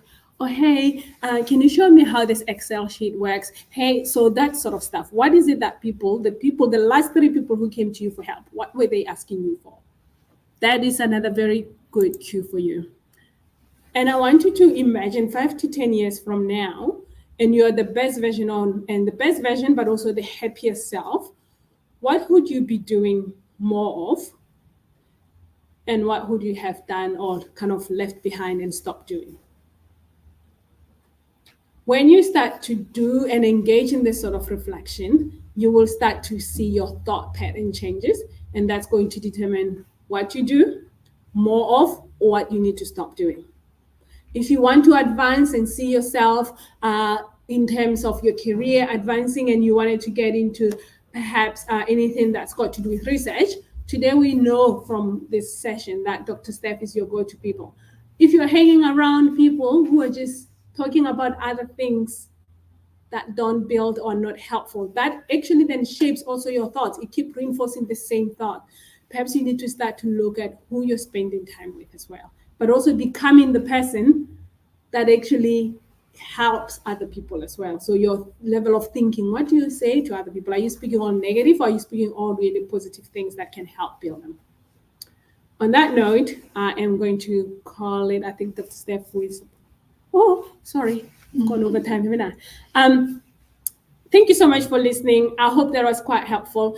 Please take those questions, the reflection questions, because that's really going to help you to unlock. And I can send the slide to Dr. Steph maybe, and you can access it later. But that really helped me to start to think and see what I was actually naturally good at. And that helped me then to propel me in different sort of career pathways that I probably never would have thought were possible before. Thank you all. Unless if there was a question, I don't know, Dr. Steph, how to get there. And this is where you can find us there if you were looking for any support with the coaching. Can I get a big hand? How good was that? That was absolutely amazing. And I am really, really encouraged with that too. Did you all enjoy that? For all the people online, did you enjoy that? Come on, guys, let me see in the chat if you really, really enjoyed that. We've got quite a few people still with us on Facebook and YouTube. And I was really encouraged around that because you know what? Some of those activities, really breaking our paradigms. And it really resonates so much with me. And I don't know about you, you don't get to where someone like me has arrived at in their career without going through all of that. We've had those fears, we've had to recognize them and overcome them, but also identify those things. I love the exercise also with the talents. I get asked, how many talents do you have? But you know what? I wouldn't know if I had some of those talents if I actually hadn't tried using them. So it's so important for us to really understand and recognize that every single one of us was created fully loaded with something, at least one. There's no person that came on this earth that wasn't born with at least one talent, something that gets you going, that you're passionate about, you feel enthusiastic about doing it, and all those questions that you were asked at the end. And I was doing the exercise in my head as she was asking those questions. Well, what did I do this week that I really enjoyed doing? Do you know, I was feeling unwell on Thursday. I was really not, I was so exhausted. But I remember that I have this workshop. And do you know what I did? I took a sick day because I really could not focus or concentrate. And I hid here. I went in that room and I prepared those slides because I was so passionate about making sure that I was delivering the best for you guys today. And although mentally I couldn't do the work that I would normally get paid to do, but I came here and I read through my slides and made sure that they were all doing the right things. I reached out, made sure I was contacting Sam and the rest of the team. And I felt good. I felt so good about it. And although physically I wasn't feeling well, I felt good about it. Yeah, felt so good. And when I was listening to her speak right now, I thought, that's what that's what I want, really passionate about. So some people might think, why are you doing this? Like, we've spent an entire day. We haven't asked you to pay us not even 1 cent. Why are we doing this? It's because we've been given so much. So much has been invested in us. And I don't want to go to my grave with all of this. So thank you for showing up today and allowing me to pour out from my overflow into you. Because God forbid, I don't want to go to God and then he asks me, I gave you so much. What did you do? Who did you empower on that journey? So please, we're not even in this for the fame or the fortune. Some of us really just want to impact other people. And I'm really glad that you made time. I know we've gone out of time. And just for our viewers online, I want to say a big thank you to those of you who've been with us. Some of you have been here since we started, like 10 o'clock this morning. We have to eat though, because we've been doing this for like 4 hours, right? And we're going to take a 1 hour break or about 45 minutes. We'll do 45 minutes. But what will happen is we will end this stream and we'll come back on with a new stream because we don't want to have the stream just sitting there like that for an hour. So we're going to take a 45 minutes break so we can feed ourselves. And then we're going to start streaming again in about an hour. So if this is good stuff and you're really enjoying it, I'm going to ask you to join us again. But I'm not going to come back on Facebook. It's all going to be on the My Career, My Calling YouTube channel for the next part. It's a little bit challenging just monitoring the different channels because it's just me and we're all presenting. But hear this, for the next session, we're going to do a mock interview and we're going to teach people how to we have some handouts and we're going to do it. If you want to tap into that, come over on the My Career, My Calling channel. But otherwise, guess what? We'll just send us a message and we'll send you the video afterwards if you'd like that, right? So for the next session, we're going to eat some food now, and then we're going to come back and do the practical component of what we spoke about this morning. Is that good? Are you excited? Now, let me see in the room, those of you who are going to stay with us for the next session. Who's going to be here for the next session? Yeah? Yes, everyone will be here. Great. So thank you to those of you who've joined us online. We are dismissing this group in the room so we can have some food. If you see the food, oh my God. I can't even, if I could show you the food is amazing. But guess what? You're not here in person, so we're going to have to eat food for you. But if you're in the area in Liverpool, we have enough food to feed a multitude. So if you can come down here within the hour, we have enough food to feed you and 10 people. So please come on down, join us because we're going to do the practical now. So that's it from me for now. That's Dr. Stephanie. I'm going to sign off and you join me again online in 1 hour from now. And I will be on time, so help me God. All right, so see you in a bit. Thanks everyone. Please just drop in the chat. Let me know how you're enjoying this. Guys, you know the comments mean a lot to us. It helps us to get our stream out there so other people can see it. So just, if you have to leave us now, just tell us what's this like for you. Just let us know how you're going and we'll see you in an hour from now. All right, talk soon and see you back online on YouTube. My Career, My Calling in an hour from now. All right, so see you guys in a bit. See you in a little bit from now as we come back on. All right, guys, I'm still here. Thank you so much. We really appreciate this. I'm also going to drop a survey in the chat. If you can give us some feedback about this event, we would really appreciate that.